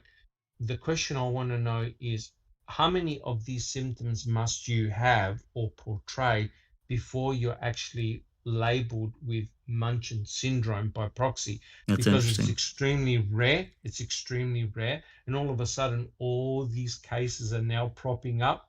It seems to me that the underlying issue there is the so-called child abuse. She might be a child abuse expert, but one has to question, really, does Danita fall under that umbrella? Or was she, acting like a mum looking after a very, very sick child since birth?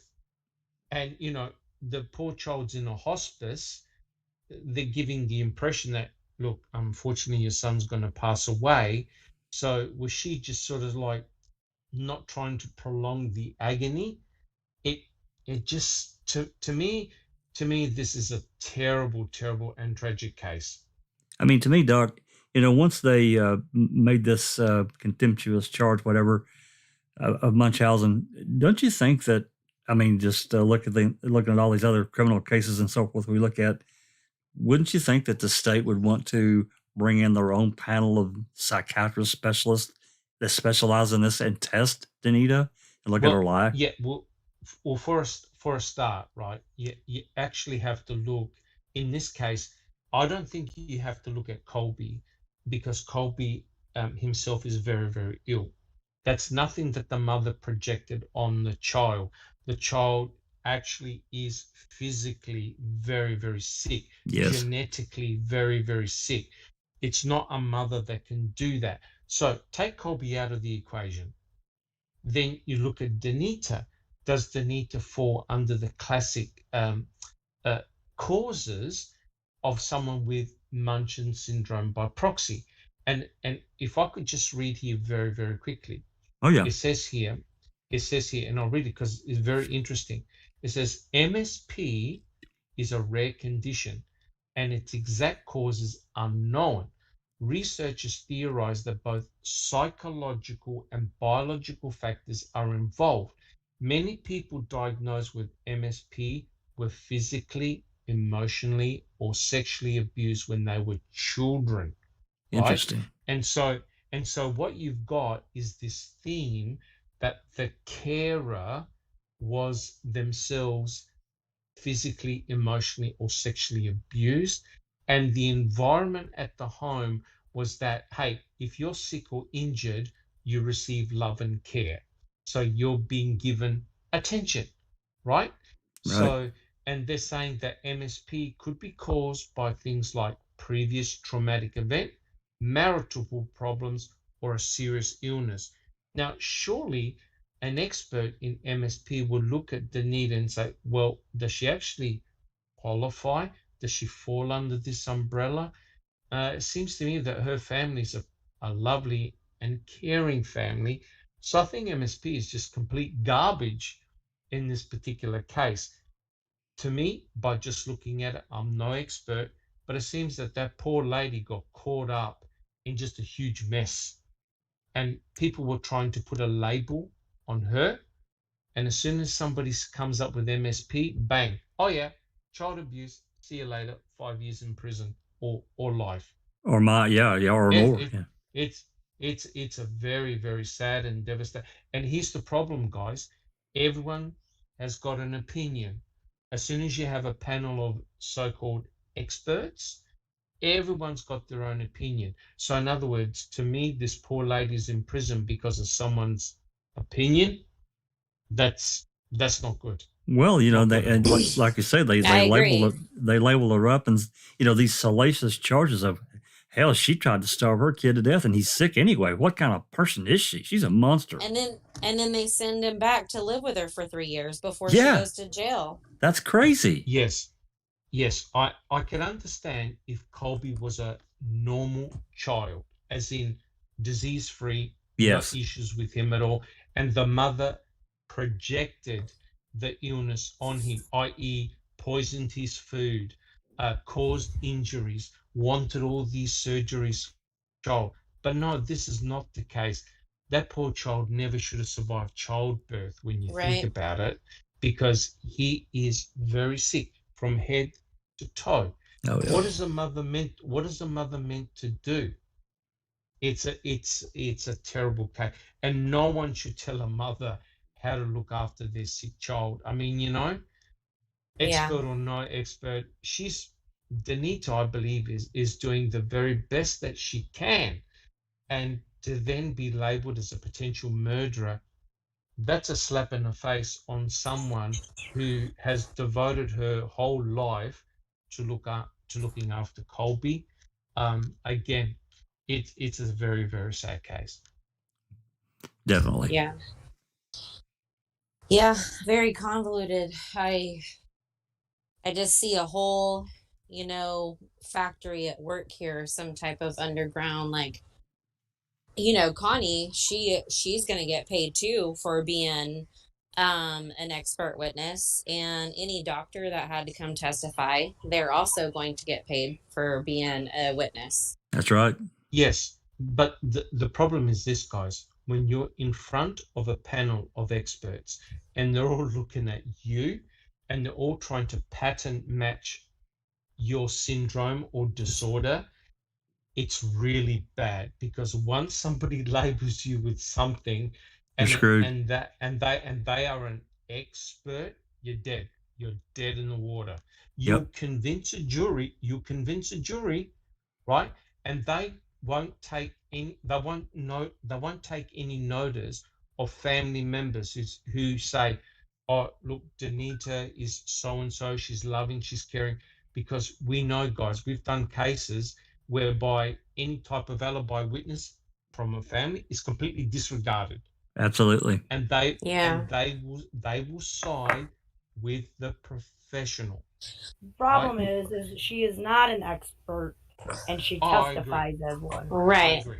And then I also find it odd that they found no credibility in her father, who was a retired detective of said department of 30, 40 years. Like, correct. Just ignored him. Ignored him. Yes, correct. Because remember, guys, a decision like this to send a mother into prison destroys the whole family. Yes, destroys the whole family. That There's no winners. And also, what bothered me about the jury is that there are multiple witnesses that can testify that food and water and drink was supplied. It was plentiful, but it was Connie telling them Colby could not eat. But somehow in court, it was Danita is trying to kill him of starvation, even though the witnesses were there. Correct. So essentially, if you go to one of these hospitals, it's basically end of life. They basically believe that you're going to pass away. They try and make your life as pleasant as possible. And you know what? I know I shouldn't say this, but I saw my own wife die, and she passed away of cancer. And they also were denying treatments. They were denying food. They were denying all sorts of things, because the professional experts knew that it was only a matter of time that my wife was going to pass away, right? So, and it's funny because I even said to the doctor, I said to him, oh, look, couldn't you provide food? Because my wife wasn't eating at that stage. I said, look, couldn't you provide food in a nasal, thing? And he goes, oh, well, you don't want to feed the cancer. And I'm thinking to myself, oh dear. So, am I now going to charge the doctor of malpractice that he wasn't providing nutrition? And yet this poor mother is now being accused of murder for denying food for something that she thought was inevitable. And I can't believe that the jury bought it and didn't see the obvious. Right. Like if Colby was home, if he was home, living at home, and Danita was doing this routinely, denying food, yes, I suppose you got a case.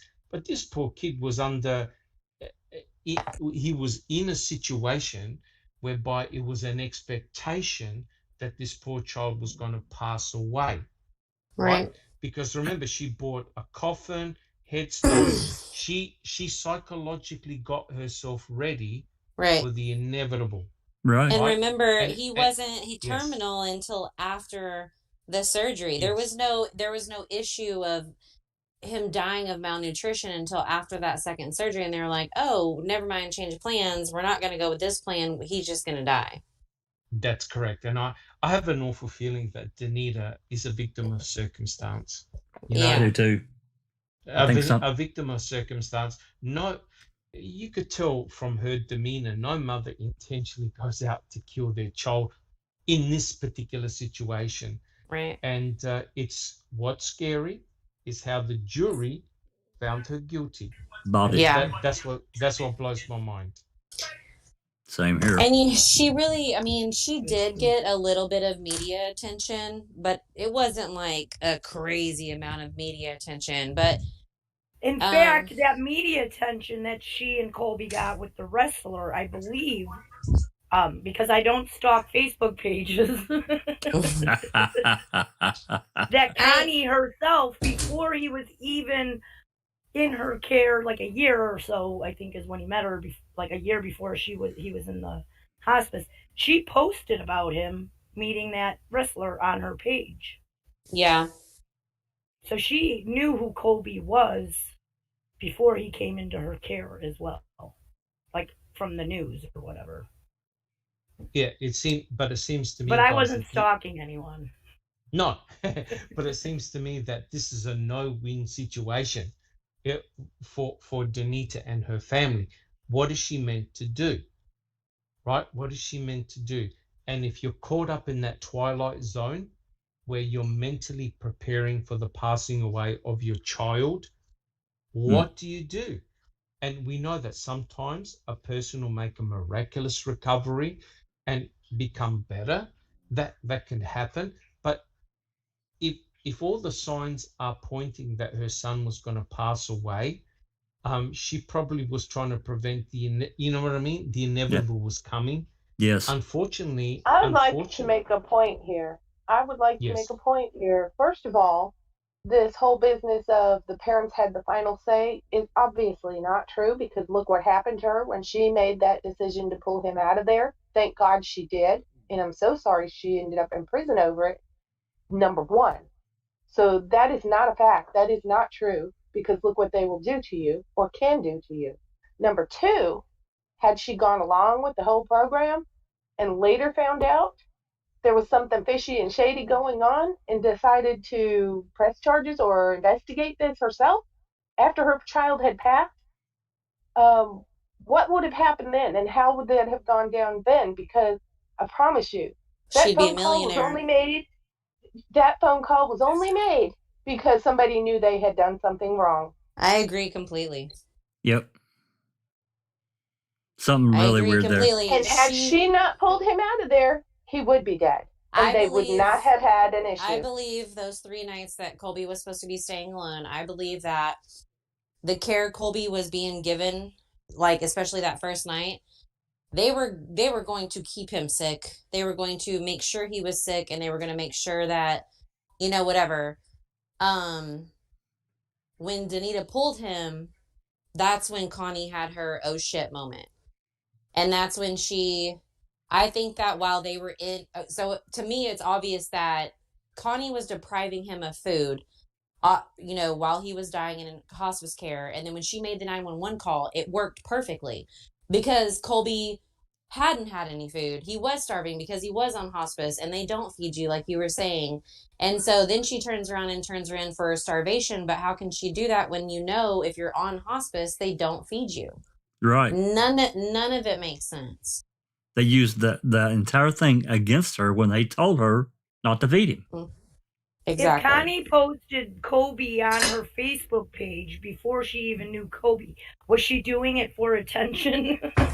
And does that make her have Munchausen? Or was she like plotting her next victim? Maybe. I don't know. Well, but the point I like to make this, and it's a terrible situation, right? Imagine if your child is on life support system and the doctor says to you, well, look, you've got to make a decision. Do we turn the life support system on or off, right? What does one do?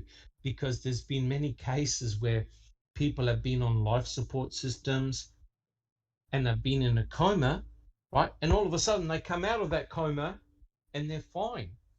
And if you pulled the plug and that person died, are you committing murder? One will never know. So the problem is I like to know how the jury came up with this decision that Danita was trying to starve her son to death, when all the pointers pointed that your son is likely very much to pass away, and this is sort of like the final moment per se. It's a terrible and complex situation. It is. It's terrible. I'm confused about juries. Like, I know it's supposed to be a good system and all. They have your jury of your peers come and listen to this testimony and decide if you're guilty or not. But in a lot of these cases that I see, the juries don't seem to, they just, I don't know what they're thinking. It makes me question the system. Like, and then when I looked into the juries with Stephen Avery and how many of them were picked that were somewhat connected to the county or the sheriffs or the police department in some fashion, it makes me wonder about the system. That, like, are the juries a good way? I mean, we need more from, to make a better, I guess, case. We need more from what actually happened at trial. We're missing some pieces that maybe that you can deep dive there, give us an update. Yeah, I think there's a lot of things that if I checked out at the courthouse, I think I could find a lot of stuff there. So I think that's a good idea. We're able, you can just go down there and plop down at a computer and look up anything you want to. Anything. Good. Yeah. Well, the point I want to make, sorry, guys, was there had to be and that's a problem when you don't have access to the original documents. There has to be a tipping point in terms of what convinced the jury. So in my opinion, I think what the prosecutor was doing was focusing very, very narrow on that one particular thing. You starved your child, your intention was to kill that child. And I reckon the jury ran with that, right? Because she obviously doesn't fit Munchausen syndrome by proxy. Her child doesn't come under the same umbrella. So I reckon what the focus was on something very, very narrow. And that is that she was deliberately starving her child to kill him. And so the jury thought, the jury came back, she did. And it came from Jamie Kaufman identifying 29 discrepancies between Colby's surgeries and procedures compared to her Facebook posts. That is what she was like, yes, she's abusing him. And doesn't that show the danger of having a high profile social media presence? Because now prosecutors are combing through your social media posts and pattern matching, Yep. Scary. There was the what was the Dahlia, the lady that murdered allegedly murdered her. Rudier. Yeah. What happened? The media were there at her son's funeral. Yeah. And she had like a birthday party per se with party balloons and poppers. Oh my God, that turned the whole thing against them. Look what happened with Luke Mitchell and his mum, Corinne. Yep. They went to the cemetery to lay some flowers. The media were there, right? And the whole thing blew up. So what I'm saying is that impressions are so critical, especially in cases that can go either way. So once you see this, once you see the doubt, you work on it, and the jury got convinced. Yep, I agree. Very sad. Yeah, It is. I I definitely think it's a wrongful conviction. for sure. I think if, they have the right information and present it correctly and like point out, pinpoint all these, contradictions and things like that. I mean, I think she could have a strong appeals case. I When does can't that come? see When does that come in, Nosey? Her appeal? Do you know? Catnip posted it. It's April 18th. Interesting. Is it Or the no, same? I'm sorry, that's her parole, not her appeal. I haven't looked up anything on her appeal. Nothing. It'd be interesting to find out, and I wonder if she's still got the same lawyers that she had during trial. I believe she does. Interesting. Well, I am aware of the time. We've just hit the 2-hour mark. And before we run off, is there any closing comments from anyone before we run off the air here? Can I make one comment? The next Sure. case we do, Jack, can we do it involving unicorns and rainbows?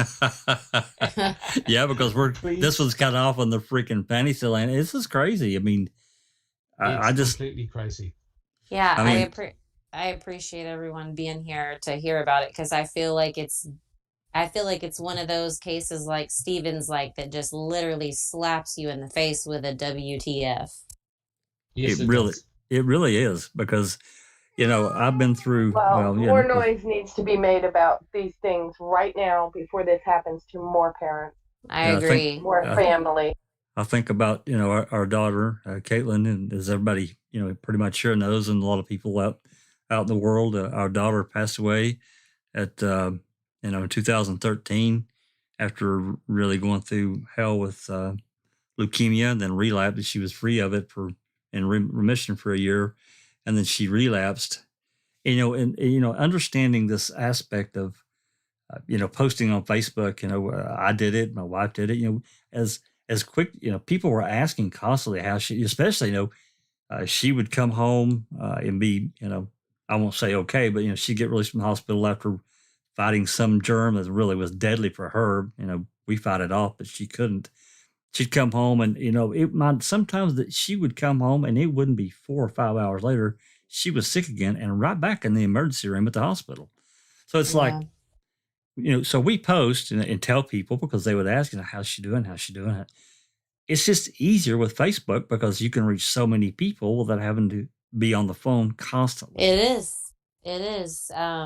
My family member, her 5-year-old son, he's 5 now or 6, but he was diagnosed at 3, and they made an entire page dedicated to him, gave it a name, and they posted every single doctor's appointment, what was going on, what the results were, all this and that. So it's like it is a normal thing to do that, and that it just absolutely blows my mind that they used her communicating with all of her friends. And I know that she is a person that had a massive village, through church, through growing up with her family being a police, or her dad being a police officer. So I know that she had a major village that she was out there telling people to. And I don't know anything about her husband, but I'm sure her husband had a Facebook and had his own set of friends that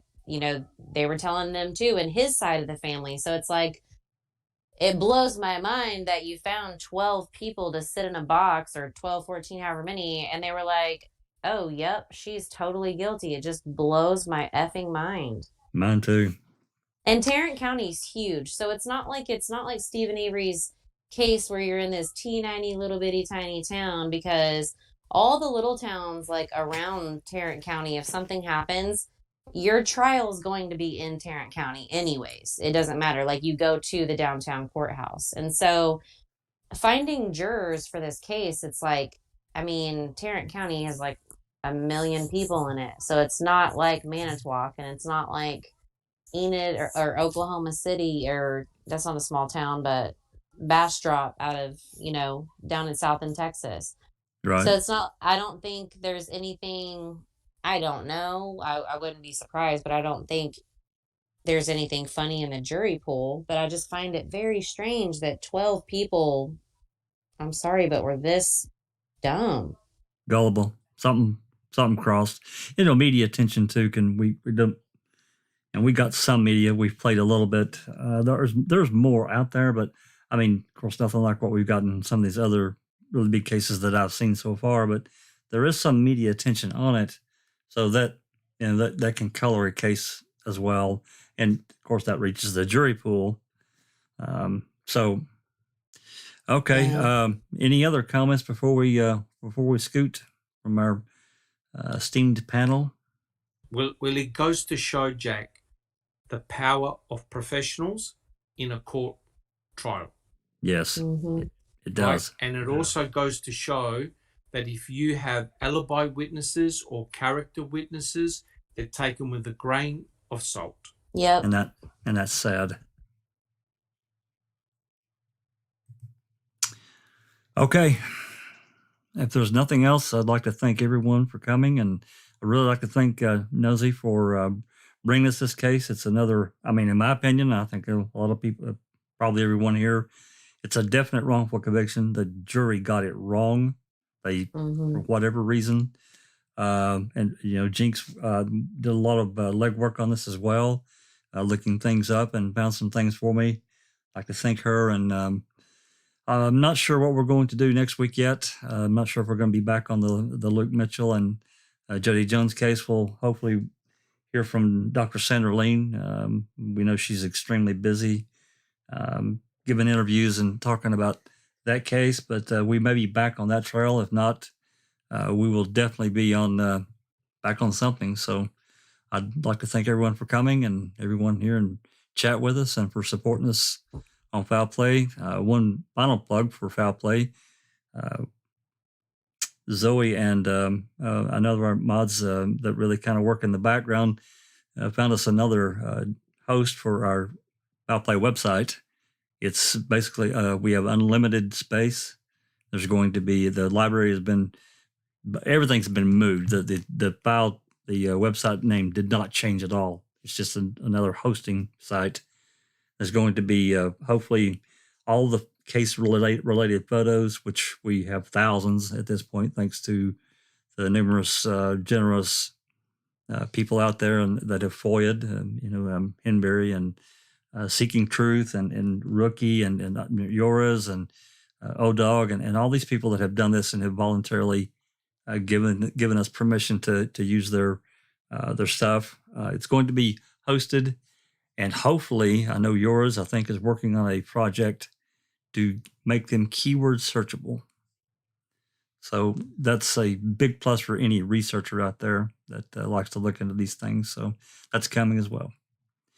Anyway, thanks again. And this has been a Foul Play production.